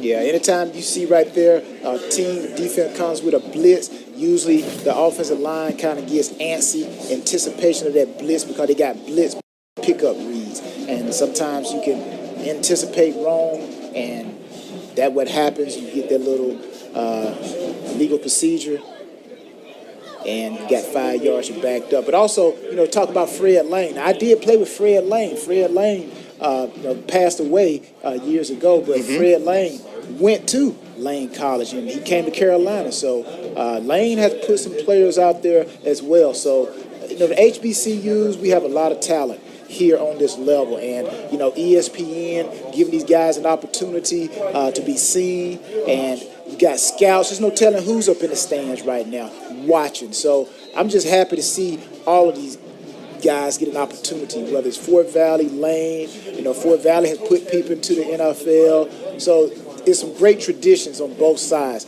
of the sidelines. Now, later on in this drive, we're going to talk about one of those traditions, how a Wildcat greets another Wildcat. Here we go. Jackson looking to throw. He finds his favorite receiver, Bridges. He has enough for the first down, an 8-yard gain on that pass. Yeah, again, looked like they didn't change too much. Hey, Coach Flowers Johnson, get the ball to you-know-who. Number 17, Bridges. All right, Coach, I'm going to do it. And right there, complete to Bridges, picks up positive yards. Got a bunch of Lane defenders trying to find out, where's Bridges? Where's Bridges? Tried to bat it down, but couldn't. Bridges used his second effort to get about 3 yards. They were trying to snuff it out, and it looked like they did have it snuffed out, but Bridges able to overcome and get some positive yards on that play. You know, that's a reaction play. That's a reaction play. It's a receiver quick screen. It's a reaction play by the defense. The corner's up in press. They get up there. The receiver, number 5, you got right there, Cardell. Didn't quite get that block, but great play by the Lane defense to limit that play. Could have been a big potential play there. Jackson. Verse 7.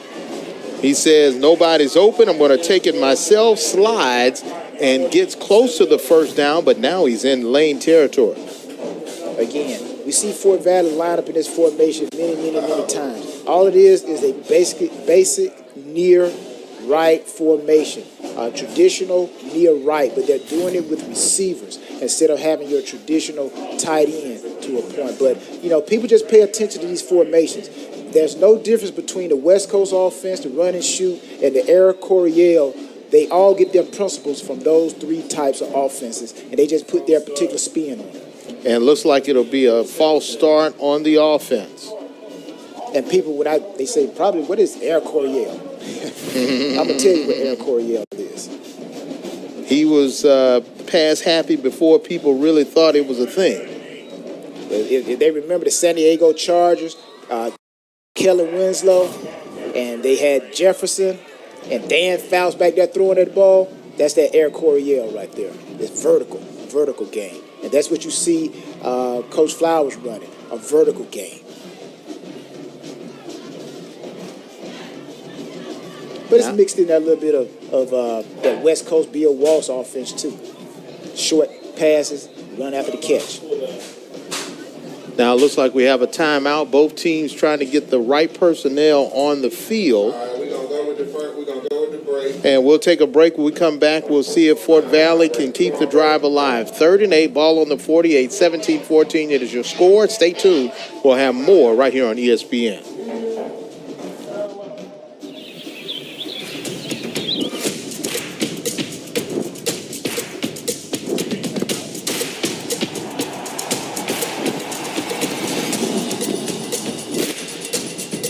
For all the ways you love to play, Academy Sports. After the timeout, 3rd down and 8, ball on the 48-yard line of Fort Valley. They are up by 3 here in the 3rd quarter. Get it out to Bridges. He needs to get close to midfield, and he may be a yard short depending on the spot.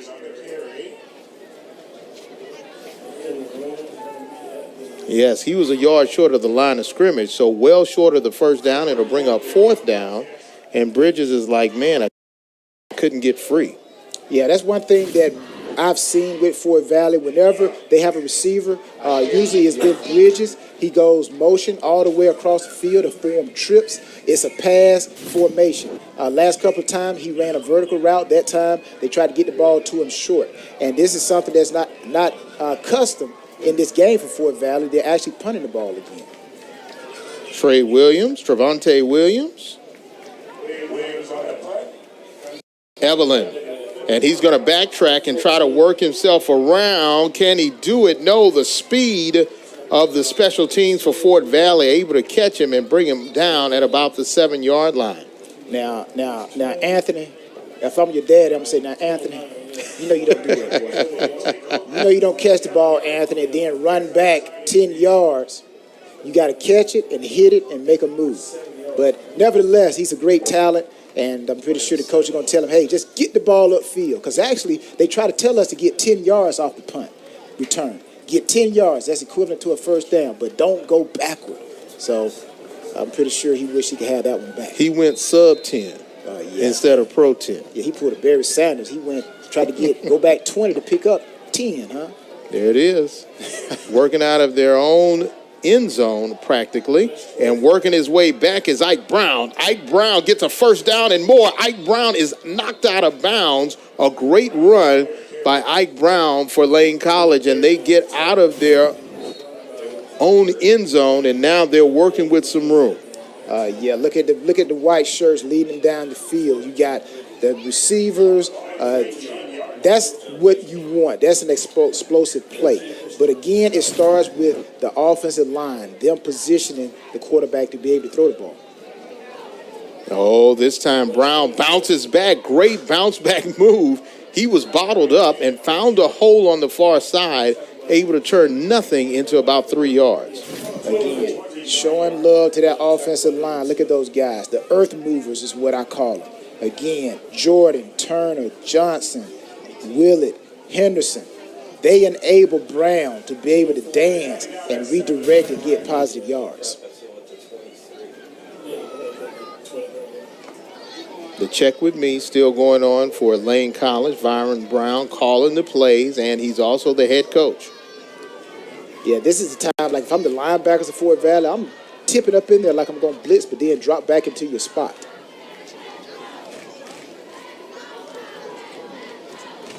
Getting some pressure. He eludes one defender. He throws it, pays the price on that. No flag thrown, and it's incomplete. Yeah, nice blitz, nice call, nice switch up. So anytime you can put pressure on the quarterback, got a blitz coming right there. Mosley forces McKenzie to throw an errant pass. So that's what you want when you blitz. If you don't sack the quarterback, at least you want them to have a long foul ball, throw it away. 3rd down and 7. Ball at the 23.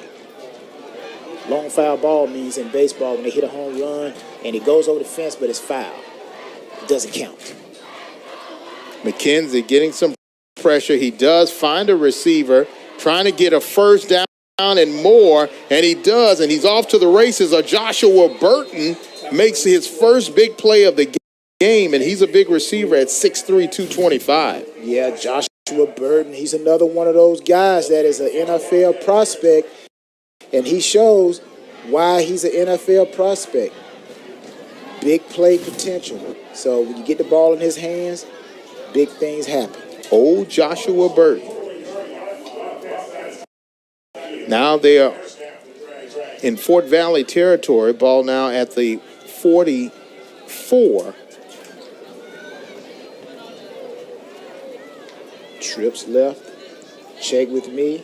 Now Fort Valley, move you guys around. Defense, walk around. Don't just stand there. Right now I know it's one high safety. So they're going to call a play that's going to defeat a one high safety if it's a pass. Run here.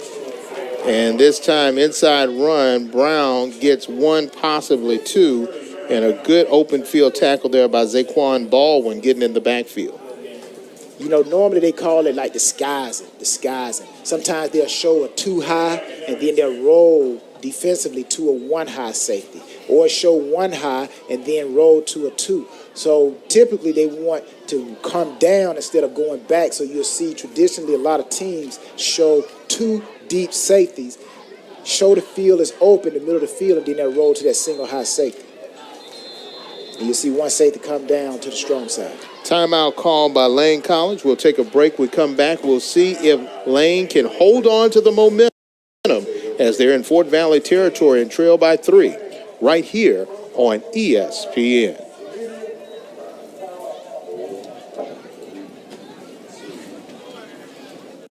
Trail by 3 here in the third quarter. Second down. McKenzie with plenty of time, but this time he is wrapped up and brought down for another sack.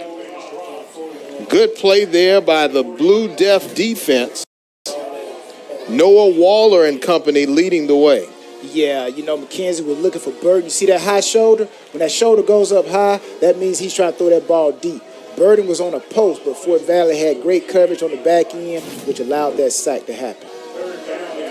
Waller playing that Mike linebacker, really like an extra defensive lineman, always up close to the line. Third now and 16 yards for a first. You know, that's the thing you can read on the quarterback. When that quarterback got that low shoulder, it's going to be some type of intermediate throw. But when that shoulder's up, that front shoulder, he's trying to go deep. Got to get rid of it. He's got to find a way, and he does, but well short of the first down, getting close to the original line of scrimmage. Catch is made by Virgil Young, who already has a touchdown reception today. Again, good pass protection, got a pocket, nobody's open. Now he flushes out, finally throws it. Great catch and tackle right there by Brown. Waller, linebacker Waller, Fort Valley. Punting situation. And almost blocked. And a flag is thrown.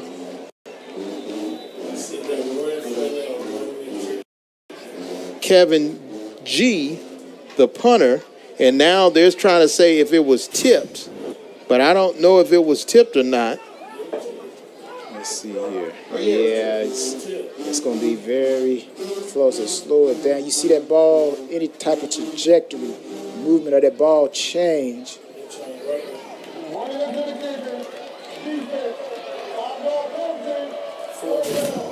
All right, it'll be 5 yards still, fourth down. Incidental contact, it'll be a penalty. Yeah, still you looking, you see if that ball, if it changes any type of trajectory, then that ball was tipped. If it didn't change its movement, then yes, run into the kicker. But hey, you're hustling, you think you almost got it, and you run into the kicker. So, effort, I'm never going to get mad at a person giving effort.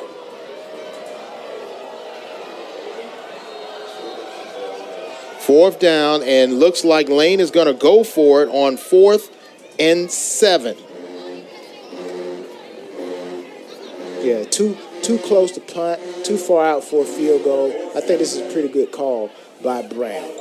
The defense is playing pretty good for Lane, so let's go for it, guys. Seeing some movement across the defense for Fort Valley, trying to get in position. McKenzie with time, and this time he's wrapped up. A big play on 4th down. Blue Def defense steps up big, but yet there is a flag that comes in late. McKenzie goes down with the sack, but all that may be negated by the flag, and let's take another look. The 4-man rush here by Fort Valley. Corrals McKenzie. You see number 18 right there, Fort Valley. Hill, 6'3", 220 linebacker comes in at the end.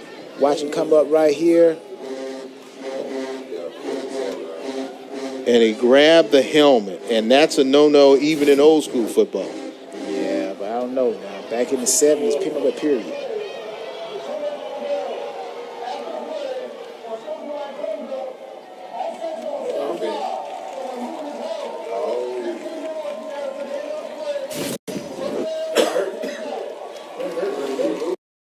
Now, they're saying now it was illegal on offense because the quarterback removed his own helmet. Like his helmet might have come off as he hit the ground. As he hit the turf. I don't think you want to pull your helmet off. Well, I think it is his responsibility to secure his helmet. Oh, man, that's just like somebody saying tackling is body in motion. How can you stop something in motion and correct it? You can't do that. So I'm not buying that. That's whatever. But I'll let you go ahead and finish that statement. Go ahead. Well, I'm not buying it. Well, if he did not have his chin strap completely on and that helmet comes off, then that's a penalty.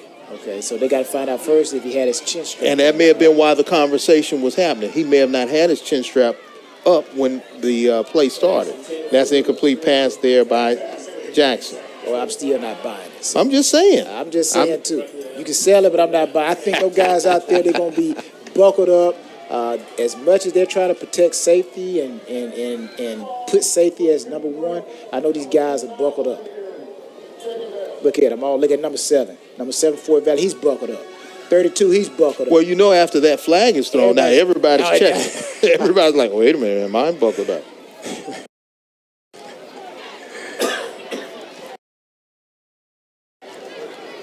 Come on, James. I'm still not buying it. Well, that was the call. I think the referees made a bad call. Okay, that's your opinion. And I'm sticking with it. There you go. 2nd down and 10. Williams on the carry, and he is brought down.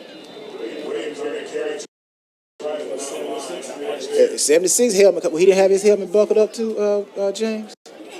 He's leaving. 76. Yeah, Let's that's take a look. Though. But see, his helmet was knocked off. You can see it went boop and it popped. Oh, my goodness. I'm just saying. What happened with the quarterback? His helmet fell on the... I'm just saying. I didn't give you a hard time. I know. It's okay. It's okay.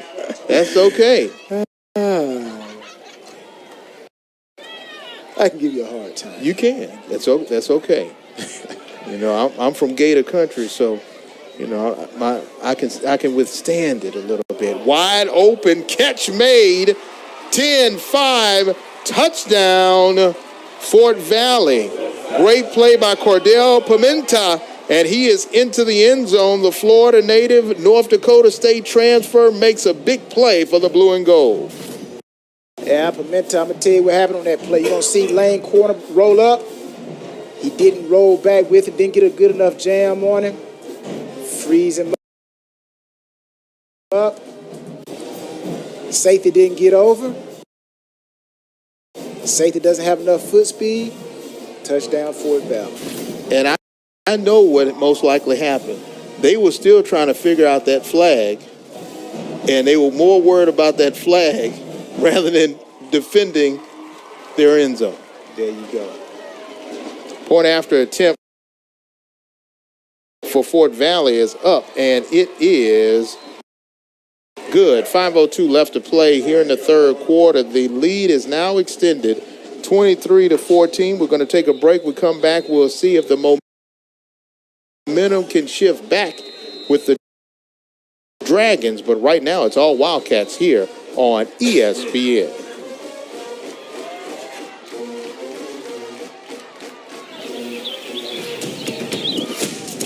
To the point after attempt, it is a 10-point lead in favor of the blue and gold Wildcats of Fort Valley State. You see the Lane Quiet Storm performing, and you can hear the Fort Valley Blue Machine Marching Band. Little battle of the bands, what you see in HBCUs at every game.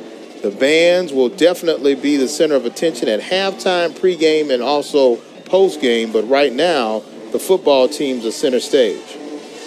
Evelyn will take it at his own 11-yard line, and let's see if he can get something going. Right now, he can't, because that was a good open field tackle by number 30, Solomon Mosley, young man out of Atlanta. Good play for him. Yeah, anytime you can get that kick return to start beating his feet and not really running downhill, because kickoff return is all about running downhill and hitting that hole. It looks like we had a flag on this one.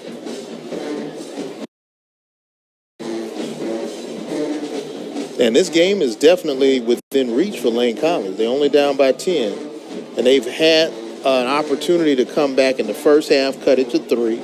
And right now, they'll have that opportunity once they get the ball back.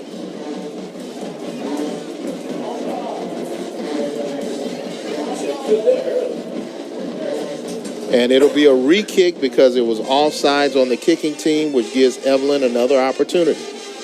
Yeah, usually when you go down and you have to, you're the kickoff coverage team and you got to go back down twice, you know, that can be tough. And sometimes, just maybe, it happens when the kickoff return team gets a bigger return because those guys on kickoff got to hustle back down. They put forth all that effort, and now they got to go and do it again. So sometimes you do get a bigger return by the kickoff return unit.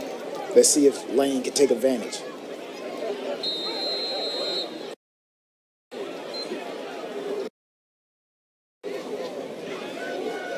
Once again, doing the kicking, Emmanuel Perez. And Evelyn back deep for the Dragons.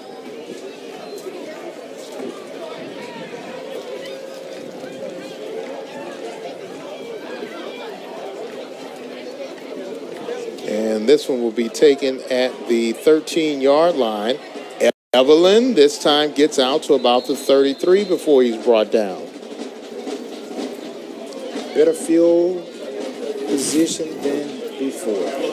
Again, kickoff return, you want to catch that ball moving forward. Catch it moving forward. A little juggle there, but you want to catch that ball moving forward. Caught it a little too high on the shoulder pass, but still yet make that cut. Great play by 38.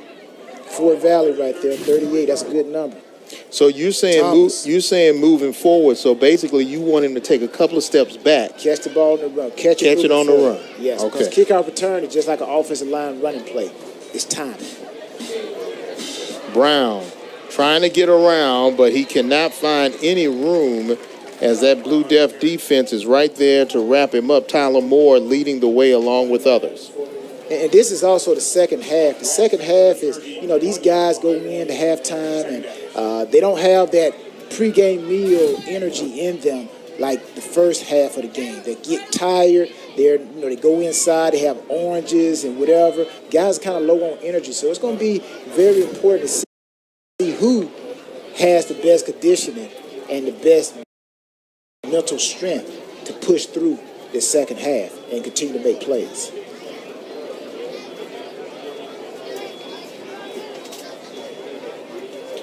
Second down and 12. Give again to Brown. He breaks the line of scrimmage. Great spin move. Another spin move. He's bouncing around like a pinball, and he's able to get the yardage lost and maybe a couple of more to make it 3rd down and 9. Yeah, Brown, you can tell the way he's running. He's a little bit tired himself.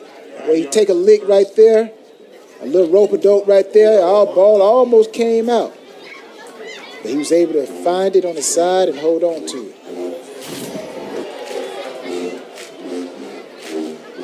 They may want to give Brown a little break there, but hey, he's a warrior. That's why he's in there. All right. McKenzie. Check that. Huntley right there on the pass play. They switch quarterbacks going to Michael Huntley. Yeah, Huntley got to complete that pass there.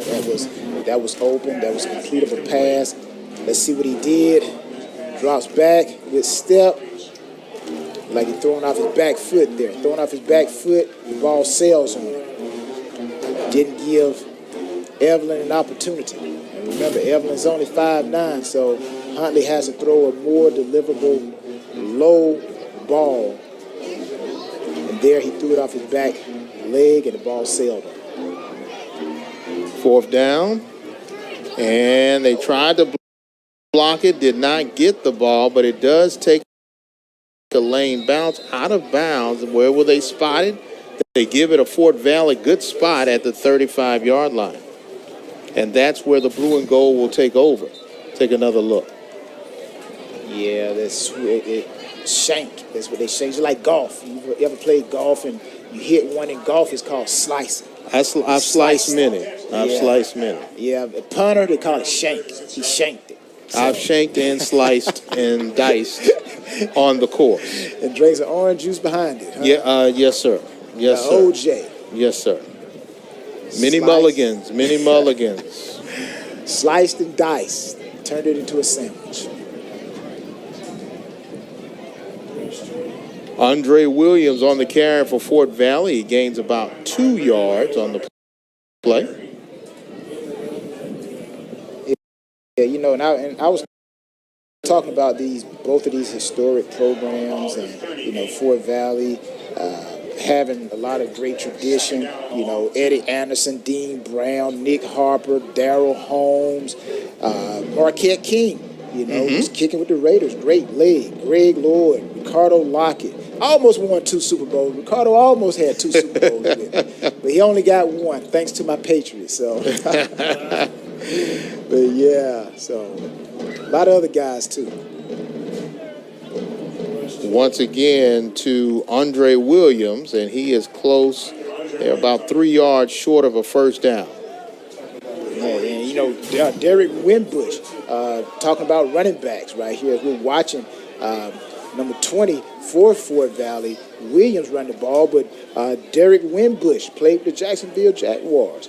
And you got Rayfield Wright, our only Hall of Famer for Fort Valley, and Pepe Zellner played with the Redskins. So Fort Valley got some talent, just like Lane. Fred Lane, Jacoby Jones. So both of these programs have put people into that next level. Trying to do a pitch and catch, but it possibly could have been intercepted by Walter Tatum. And anytime you play defensive back and your last name's Tatum, you got to play. You know what? He's wearing a number that Jack Tatum actually started out with when he first was with the Raiders. Jack Tatum had 31. Go check me out. And then he moved to 32. But either way, that's a great play by Tatum. He's hitting the ground saying, man, it's like running up that warp wall for the Ninja Warrior. If you'd taken one more step, you probably could have made it to the top. If you take one more step, you probably could have picked that ball off. American Ninja Warrior, something that you participated in. That's why I said it, James. That's why I said it. Oh, man. Evelyn back for Lane. He's going to stay away from it, and it will take a neutral bounce, and it's down at about the 21-yard line with 1:28 left in the third quarter. 10-point lead right now for the homestanding Fort Valley State. And if you look at the field and you're like, wait a minute, that's not Fort Valley's colors. Well, they're doing some renovation to the field, and they had to use nearby Peach County High School, which is 3 miles away from campus, and they worked out a pretty good deal so that their fans could see the first home game of the season. Yeah, and I'm pretty sure Greg Ellison had a lot to do with that. Greg Ellison, a former Wildcat. I played with Greg Ellison. He's now an assistant principal here at Peach County. So I'm pretty sure Greg had a lot to do with getting this game here at Peach County High School. Fort Valley State appreciative to the entire administrative staff at Peach County High to work this out so they could get their game played. And it'll be the next home game where you will see all of the renovations at Fort Valley State. They're trying to get the ball into their playmaker Evelyn's hands. Let him try to use his speed. Picks up minimum yards. Great job by Fort Valley State Wildcat in pursuit. And that actually they work on a drill called a pursuit drill that they have to run from sideline to sideline, and that is why right there. And that is a completion. Again. Evelyn again. Evelyn trying to make something happen here. They only trail by 10. Some of the momentum that we saw near the end of the first half that was coming for Lane has sort of waned as we are approaching the fourth quarter, but they can reignite it by continuing this drive. 3rd down and 2. They're staying with Huntley at quarterback.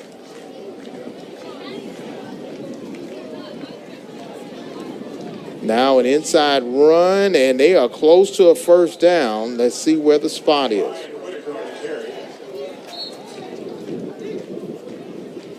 And having to leave the game now is Ryan Whitaker with his second carry of the day. And looks like the quarter will wind down. We'll go down to the fourth quarter, and we'll see if Lane can come back from being down 10, or can Fort Valley State put this game on ice. SIAC football on ESPN+. Stay tuned. Fourth quarter coming up next.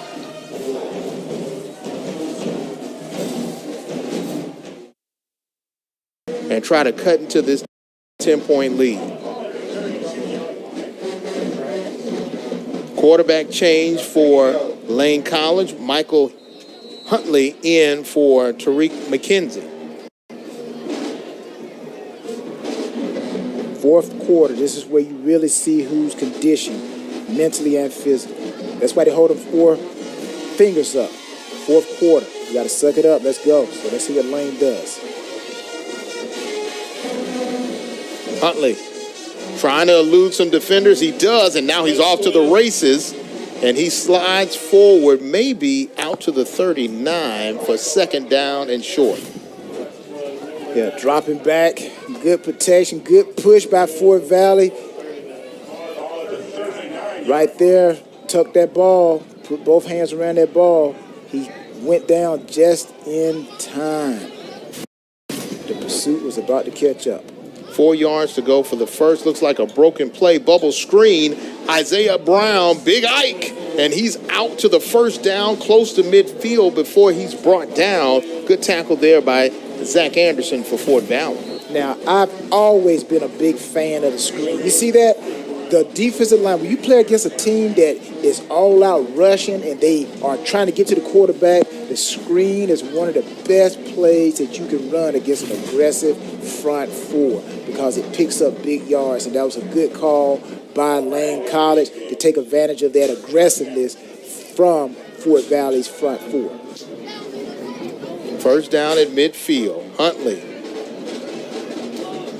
plays pitch and catch, and a reception made by Evelyn.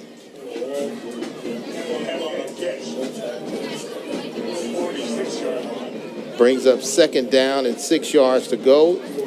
A lot of changes going on defensively for Fort Valley, but good catch, pitch and catch by Huntley to Evelyn. Yeah, looked like they had a little rollout going there. Evelyn, he was the 3rd receiver, just runs a little out route, short game. And here comes a rush again for Whitaker for Lane College. The senior out of Memphis, Tennessee. Check that redshirt junior out of Memphis, Tennessee.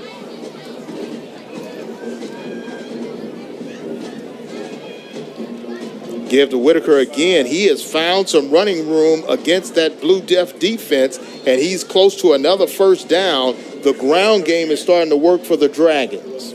Yeah, that ground game is beginning to work, but also what is happening, you see Whitaker with a little bit of extra effort, a little bit of twisting and turning to shake loose that defender. Give it to Whitaker again. This time he runs into the blue wall, but looks like it's close enough for a first down, and he does have it, and they'll move the chains.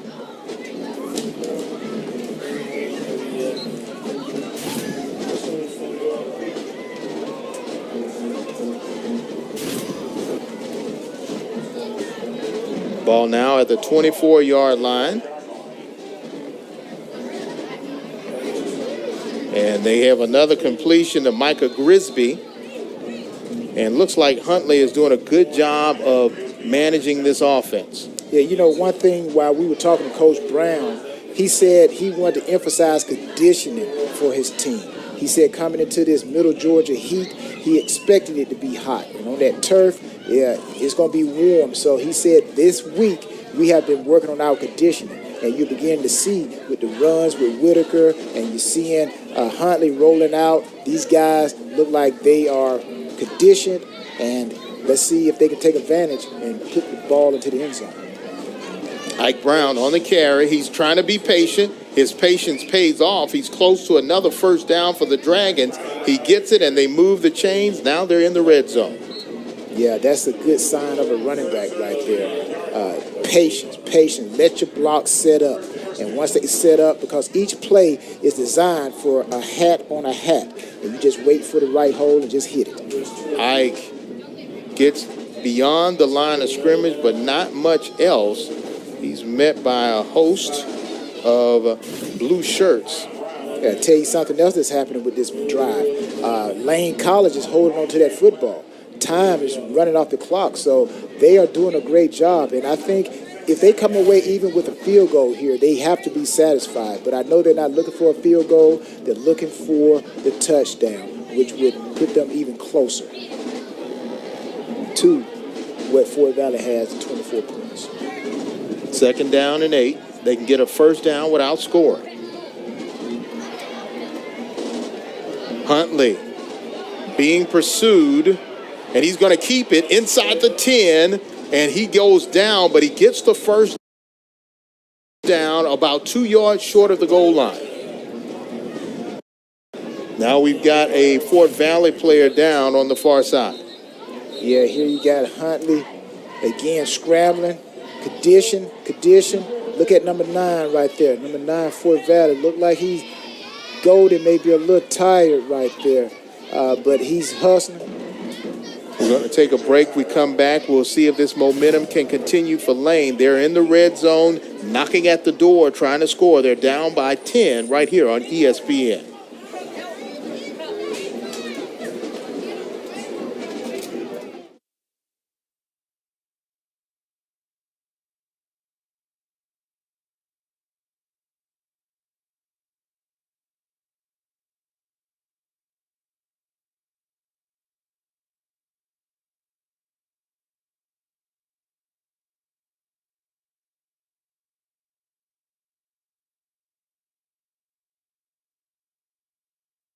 At the 2, trailing by 10, is Lane College Dragons.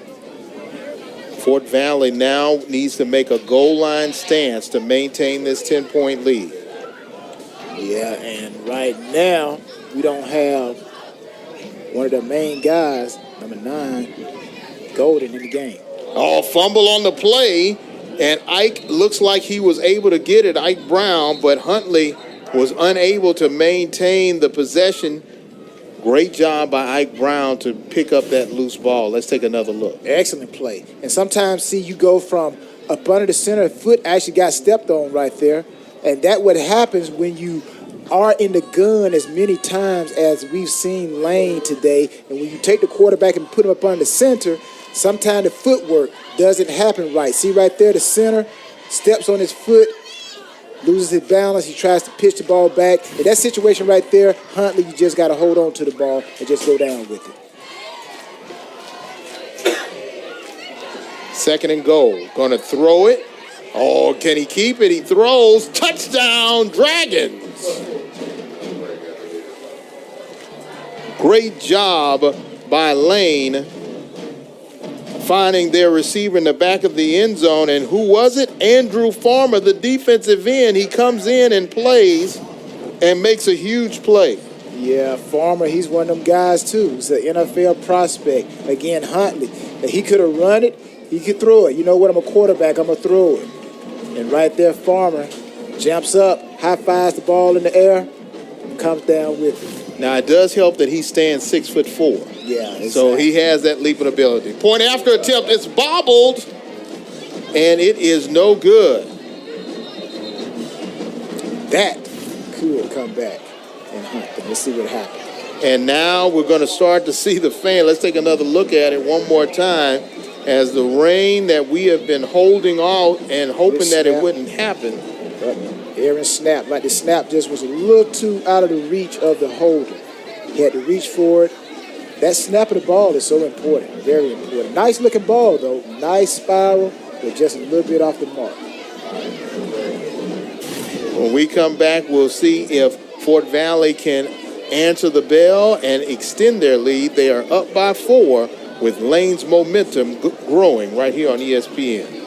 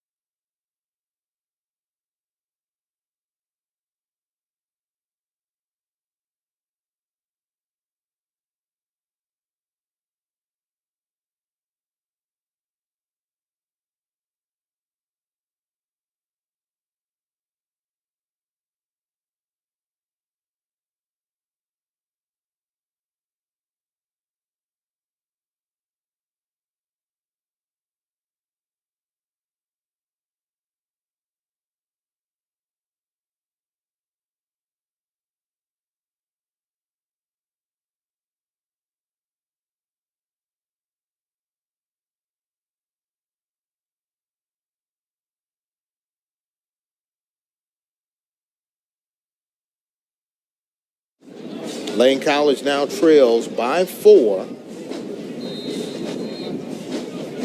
And Noah Schultz will do the kicking. We'll see what Fort Valley can do once they get the ball back as they're holding on to a lead with 9:30 left to play in the game. Return from his own 12. Lorenzo Smothers on the return for Fort Valley.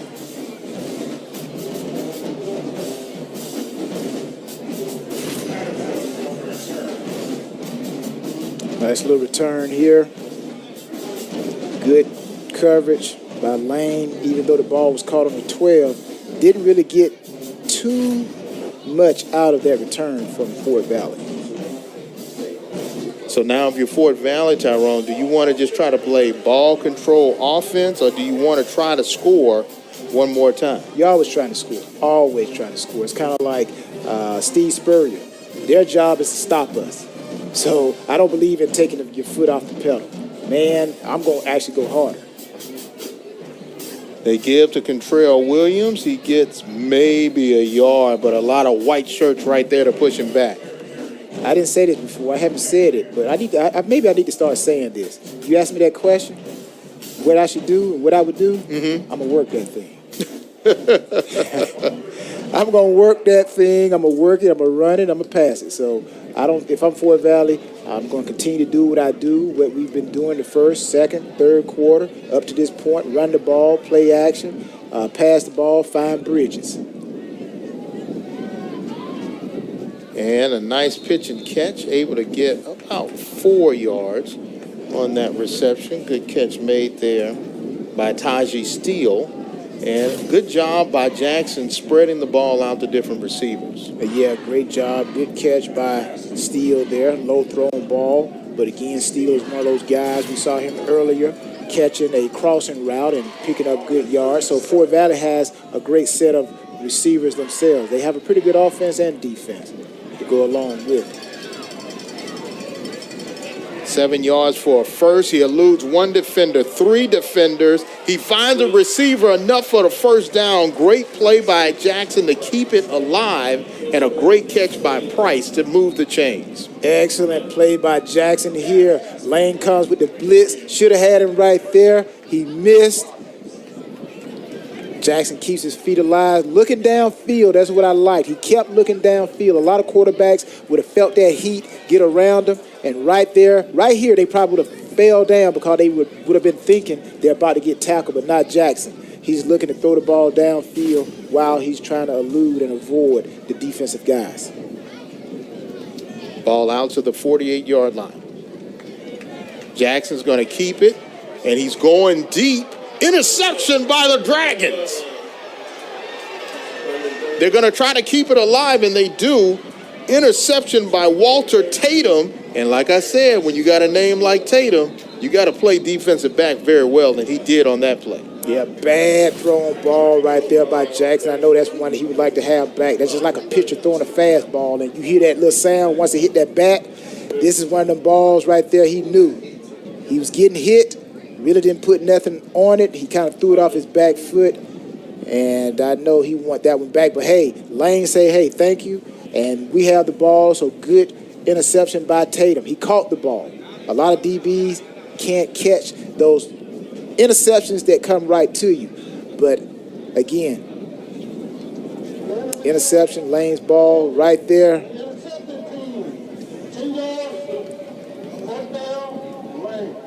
And a flag thrown on Lane on the return. And right now we have a player down. It appears to be Nigel Canada. This is his second time that he's been down in this game, and each time he's been able to return. We'll see if that happens. We're going to take a break. When we come back, we'll give you the status on Canada and see if Lane can continue to snatch the momentum as they trail by 4 here in the fourth on ESPN. Ramp, because they're working on his right calf and right leg at this moment, but you see the coaches and trainers are out there just trying to check on him because it looks like he is in agony right now.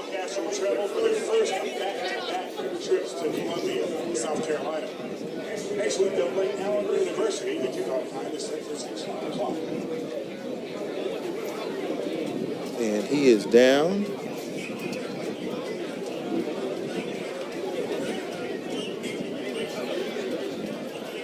And looks like they're going to try to get him up. And looks like he can't put any pressure on that right leg. Whatever the issue is, it's caused that right leg to be immobilized.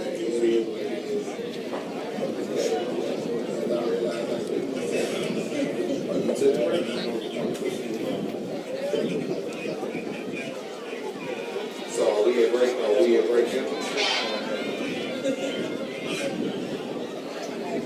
So Nigel Canada is able to be helped off the field. 24-20 is your score. 7:17 left to play here in the ball game. We've seen the momentum swing back and forth between these two teams. And right now, the interception by Tatum gives Lane the opportunity. Now, Tyrone, if you're Lane at this point, number one, which quarterback are you going to put in? And number two, are you going to continue to have success running it, or are you going to try to throw it? Looks like Huntley's coming back in at quarterback. Well, you got to go with Hunt. It wouldn't make any sense to bring the other quarterback back in. It's all about momentum, and you want to go with the hottest hand. And right now, the chemistry is working with Huntley. So let's see if Lane can take advantage of that interception. And this is where, if your defense, if you're Fort Valley, you want a 3 and out on defense. Trying to go with a pitch and catch, going long, finds Evelyn, and it's a foot race, and he is off to the races, knocked out of bounds at about the 25-yard line. But that's what this young man can do. Get behind defenses and make them pay. You know what they call this? A sudden change. Sudden change, that's when you're going to see the big plays happen, the trick plays happen. And right there, Lane caught Fort Valley on a sudden change, faked the receiver hitch, and actually had the receiver who would have blocked the corner, faked like he was going to block the corner, and ran a go route, and it was wide open. So, again, usually you're going to see those type of plays happen on a turnover. You're going to see a big play behind it usually. 43 yards on that pitch and catch from Huntley to Evelyn, but now a flag. Looks like it's going to go against Lane, which will push him back at least 5.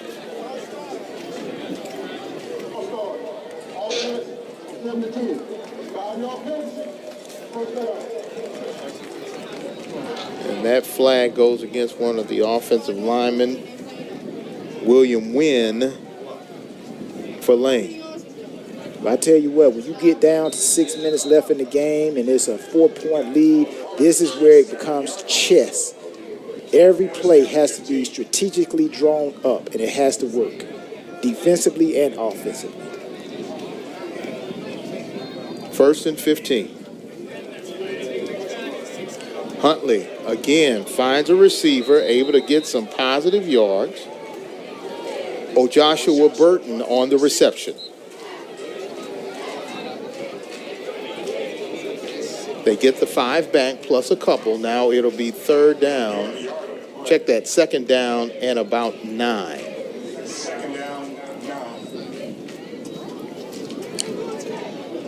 Again, you see some of the Fort Valley players with their hands on their hips. This is where they gotta suck it up, and this is where your conditioning comes in. Conditioning. This is where you have to be mentally strong, technique sound. They're going to give it to Evelyn on the end around. He's going to backtrack, and he is trying to find some room to run, and does. Gets out inside the 20, enough for a 1st down, and moves the chains for Anthony Evelyn. Yeah, in situations like this, when you have the speed and the ability to change and go against the grain, he started out going right. Evelyn started going out right. Saw it was clogged up, too many blue shirts over there. Let's go back the other way, and it was wide open. Picks up a 1st down for Lane. Lane Dragons on the drive. Give to Brown, and Brown is wrapped up immediately and brought down by Tim Alderman. He's just a freshman at 6'3", 230 from right here at Fort Valley. Now, this is where if you're Fort Valley, you get enough guys, you got the tackle secured. It's secured right there. The next man come in, rip that ball out. Rip that ball out. Try to get that ball out. So right now, Fort Valley defense has to be turnover-minded right now. First man secure the tackle, second man come in and try to get that ball out. Loss of 2, 2nd and 12. Huntley. Almost intercepted. Fort Valley could have just taken the game and put it to sleep, but that one just goes awry. I mean, it was just right there for him. Michael Hicks drops it. Yeah, you know the old saying, hit him in the wrong place. Like he would have extended them arms a little bit more. He knew it. He knew he had it. That's that look, that's that dance you do. When you talk to yourself, you say, I knew I should have had it. So you don't get too many opportunities like that. 3rd down and 12. Huntley throws it quick in, touchdown, Dragons. For the 2nd time in the game, they take the lead. Joshua Burton with his 1st touchdown of the game. Yeah, Fort Valley wanted to dial up an all-out blitz. They're in zero coverage. Burden wide open, touchdown. 22 yards on the pitch and catch. And now Lane has the lead with 4:29 left to play. The young men out of Jackson, Tennessee, with a point after attempt, they will have a 3-point lead.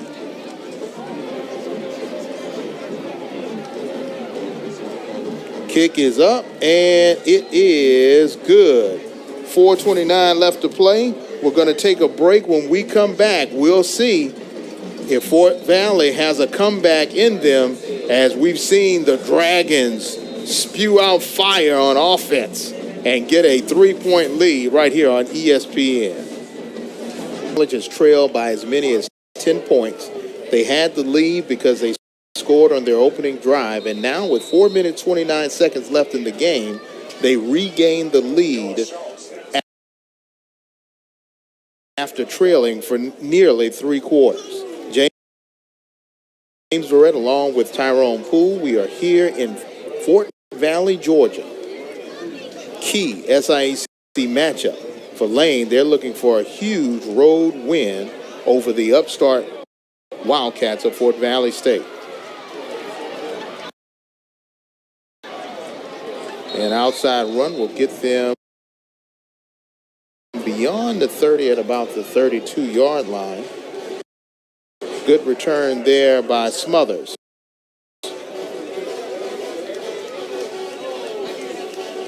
So now if you're Fort Valley, you're trying to stay within your offense or to look for a big play, Tyrone? No, you stay within your offense. There's still 4 minutes left in the game. Stay within your offense, but what you got to tell your players, they got to make sure they carry out their assignments, and everyone has to do their job.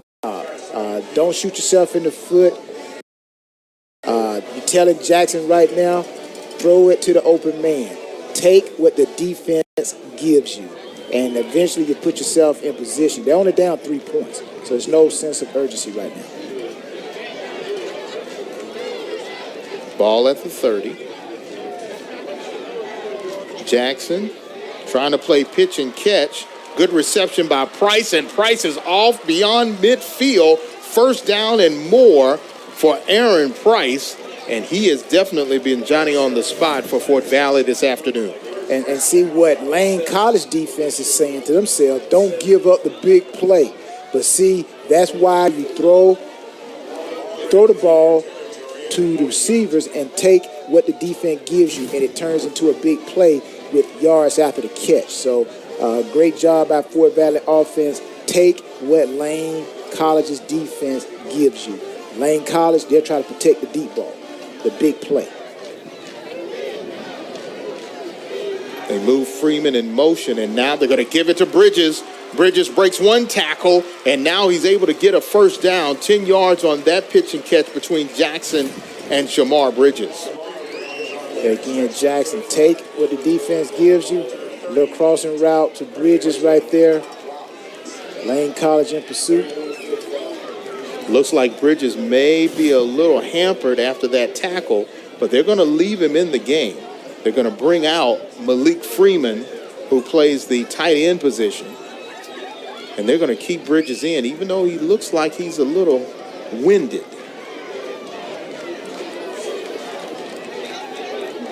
First and 10, ball now on Lane's 38, less than 3 minutes to play. They're going to pitch and catch. Catch made by Price, but the defense for Lane right there to wrap him up quickly. He may have gained 1 yard or a half a yard. Yeah, again, quarterback in the gun, fake the run, RPO, throw it outside. Good pursuit by Lane College defense. Tatum right there on the spot again, 31 for Lane College, right corner. Played a pretty good game so far. Tatum already has 1 interception. Second down and 10.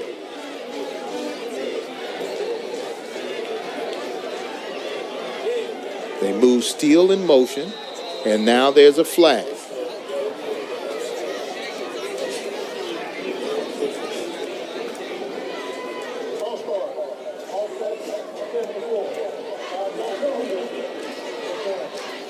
Again, this is what I mean. You don't want to shoot yourself in the foot.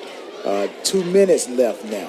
The more the time runs off the clock, the more is imperative. If your offensive lineman, you see 74 right there for Fort Valley, a little bit of movement right there, Johnson. But right there, you got to stay in the pocket, Johnson. You got to stay in the whole offensive line. Don't shoot yourself in the foot, offense, and let's get the ball downfield and at least give our kicker an opportunity to kick a field goal. 2nd and 15.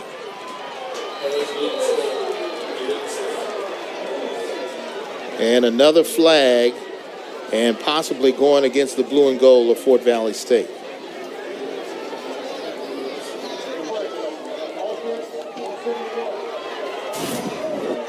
Emmanuel Boone, the center.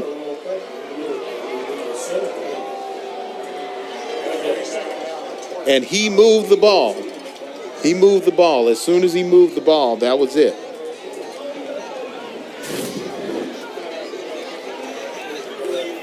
Right now, the poise and concentration that we saw from Fort Valley from 3 quarters is starting to wane with less than 1:40 left to play in this game. 2nd down now and 20 yards to go. They need to get inside the 30 for a first down. Jackson, he is being pursued. He eludes a defender, has plenty of time, throws, finds a receiver, trying to get to the original line of scrimmage, and he does. Cordell Pimenta, he was the one who saved this drive so far. Again, Lane College doesn't have a contained player. Jackson breaks containment, finds his receiver, Cordell, number 5. Great effort there, picking up extra yards for Fort Valley. Great job, great ball movement, great elusiveness by Jackson to even get on the outside for Fort Valley to where he can throw the ball on the run. There is a timeout. It's timeout called by Fort Valley State. We have 1 minute, 12 seconds left to play. Fort Valley is down by 3. Lane is on the road, coming back from 10 points down. They're up. If you're Lane right now, what are you telling your defense, Tyrone? You basically tell your defense just to play the defense. You know Fort Valley is going to come back with plays that have worked for them during this game. But if you're Lane College, you just want to play your defense. Now, if I'm Fort Valley, I think this would be a great opportunity somewhere in this drive to do a screen with the running back, because Lane College is going to be trying to get to Jackson if they see him drop back, and this could be a great opportunity to throw a screen to the running back and pick up some positive yards to hopefully put your kicker in position. On the sideline right now, one player that they will not have on this 3rd down play is Shamar Bridges. He is sitting in a chair while they are working on his lower leg. So that may cause the offense to try to adjust what they're trying to do as far as play calling. The next man up, as they call the next man up. So Shamar Bridges, he is the top guy. You don't want to see a guy like that injured. All right, here we go. Minute 12 left. 3rd down and 10. Jackson, and his ball is batted down. The ball is batted down. Great play by Lane College. They need to check that one. That could be, it was his arm going forward. And that one was a batted down. I mean, he really put all his effort into that one. Stepping up. Yeah, the arm was, it was close. It was close. Watch that arm. Is it going forward? Right.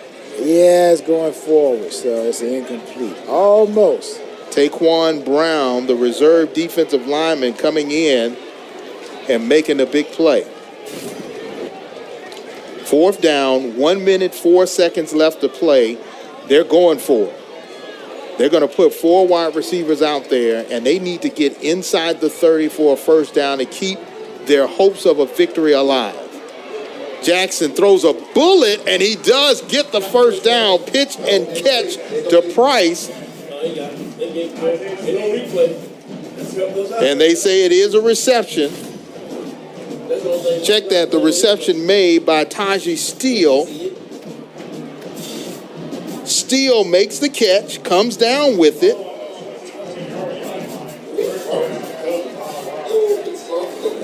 Well, some people may say that's a fumble, but no replay on this one. And now it's less than a minute, first down inside the 30-yard line down to the 24. Again, great play by Jackson. Steps up, low shoulder, drills the ball in there. He catches it, and I believe they're marking the ball based off of the fact that the DB pushed after he made the tackle. He caught the ball on the 23, 24, and the momentum of the defensive back pushing him forward. It's almost like going out of bounds. The DB hit the receiver. The receiver would have come down in bounds, but the DB pushed him out of bounds. So same situation here. The receiver would have come down at the 24, 23 and a half yard line, but the momentum of the DB pushed him backwards. So I believe that's a great mark by the referee.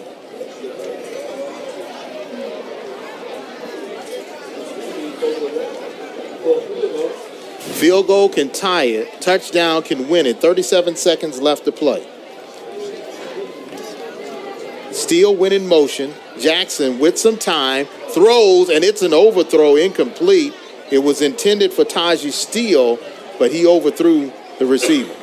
Again, if you're Fort Valley, take what the defense is going to give you. Again, the underneath throw is wide open. Take it. Get as many yards as you can. Inch yourself closer and closer to that goal line and make it easier for your kicker. So again, Jackson, take what the defense is giving you.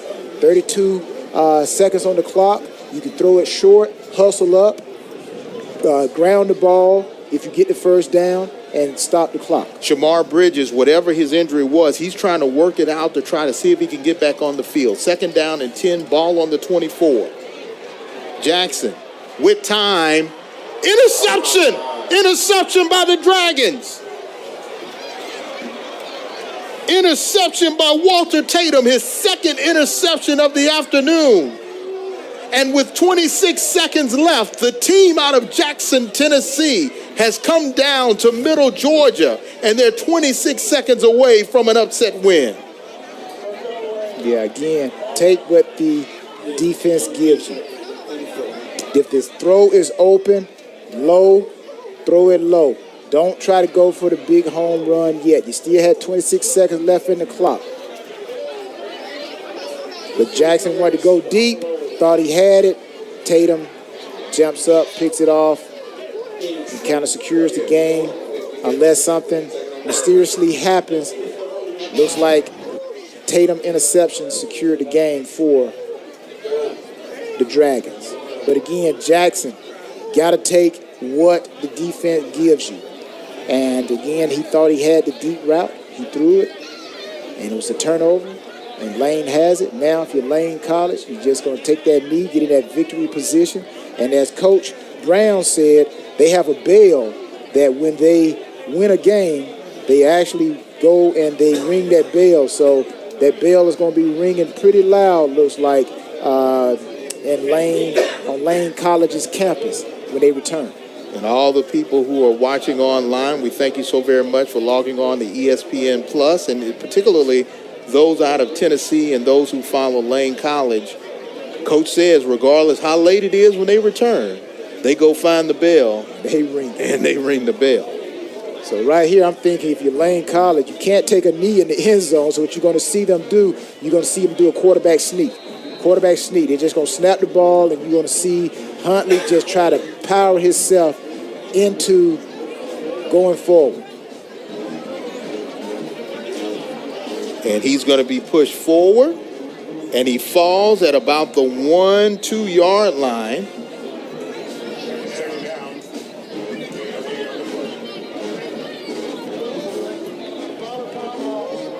Timeout called now by Fort Valley. This is still a tense situation for Lane, because if they bobble this ball, remember, we've already seen Huntley try to hand the ball off and fumble it.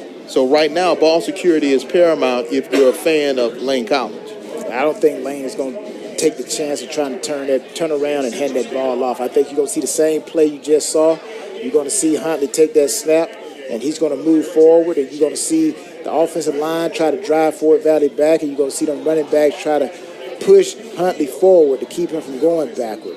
And then that should give them enough room that if they need to, he can take a knee, and he'll be inside the field of play.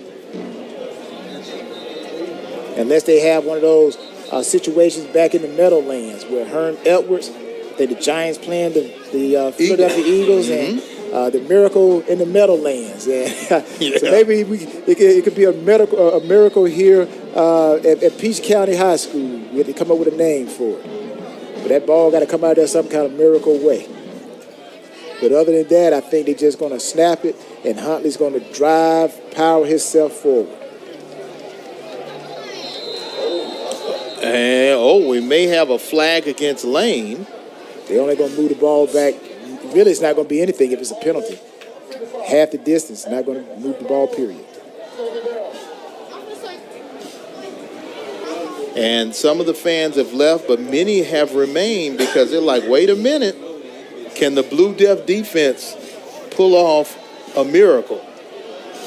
Here we go. They're pushing. And they're trying to say safety, but the officials say no, he was inbounds, less than 9 seconds. And the celebration, and Coach Brown gets the Gatorade.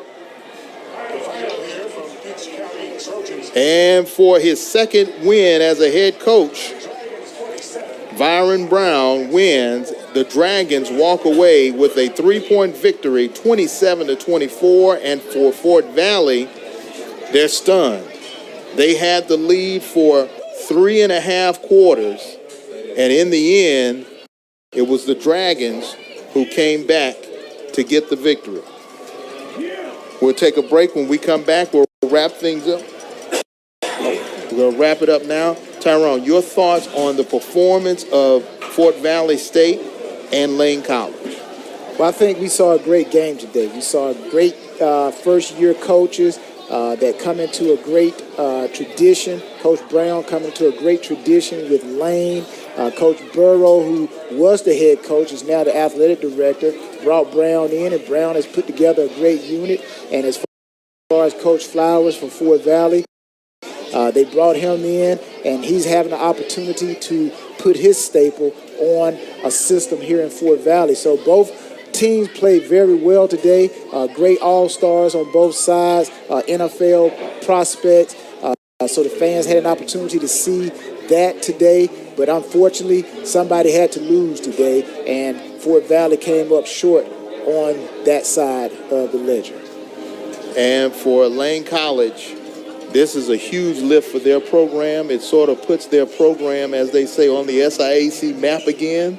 And they'll say, that team from Tennessee, they're playing good football. Yeah, Lane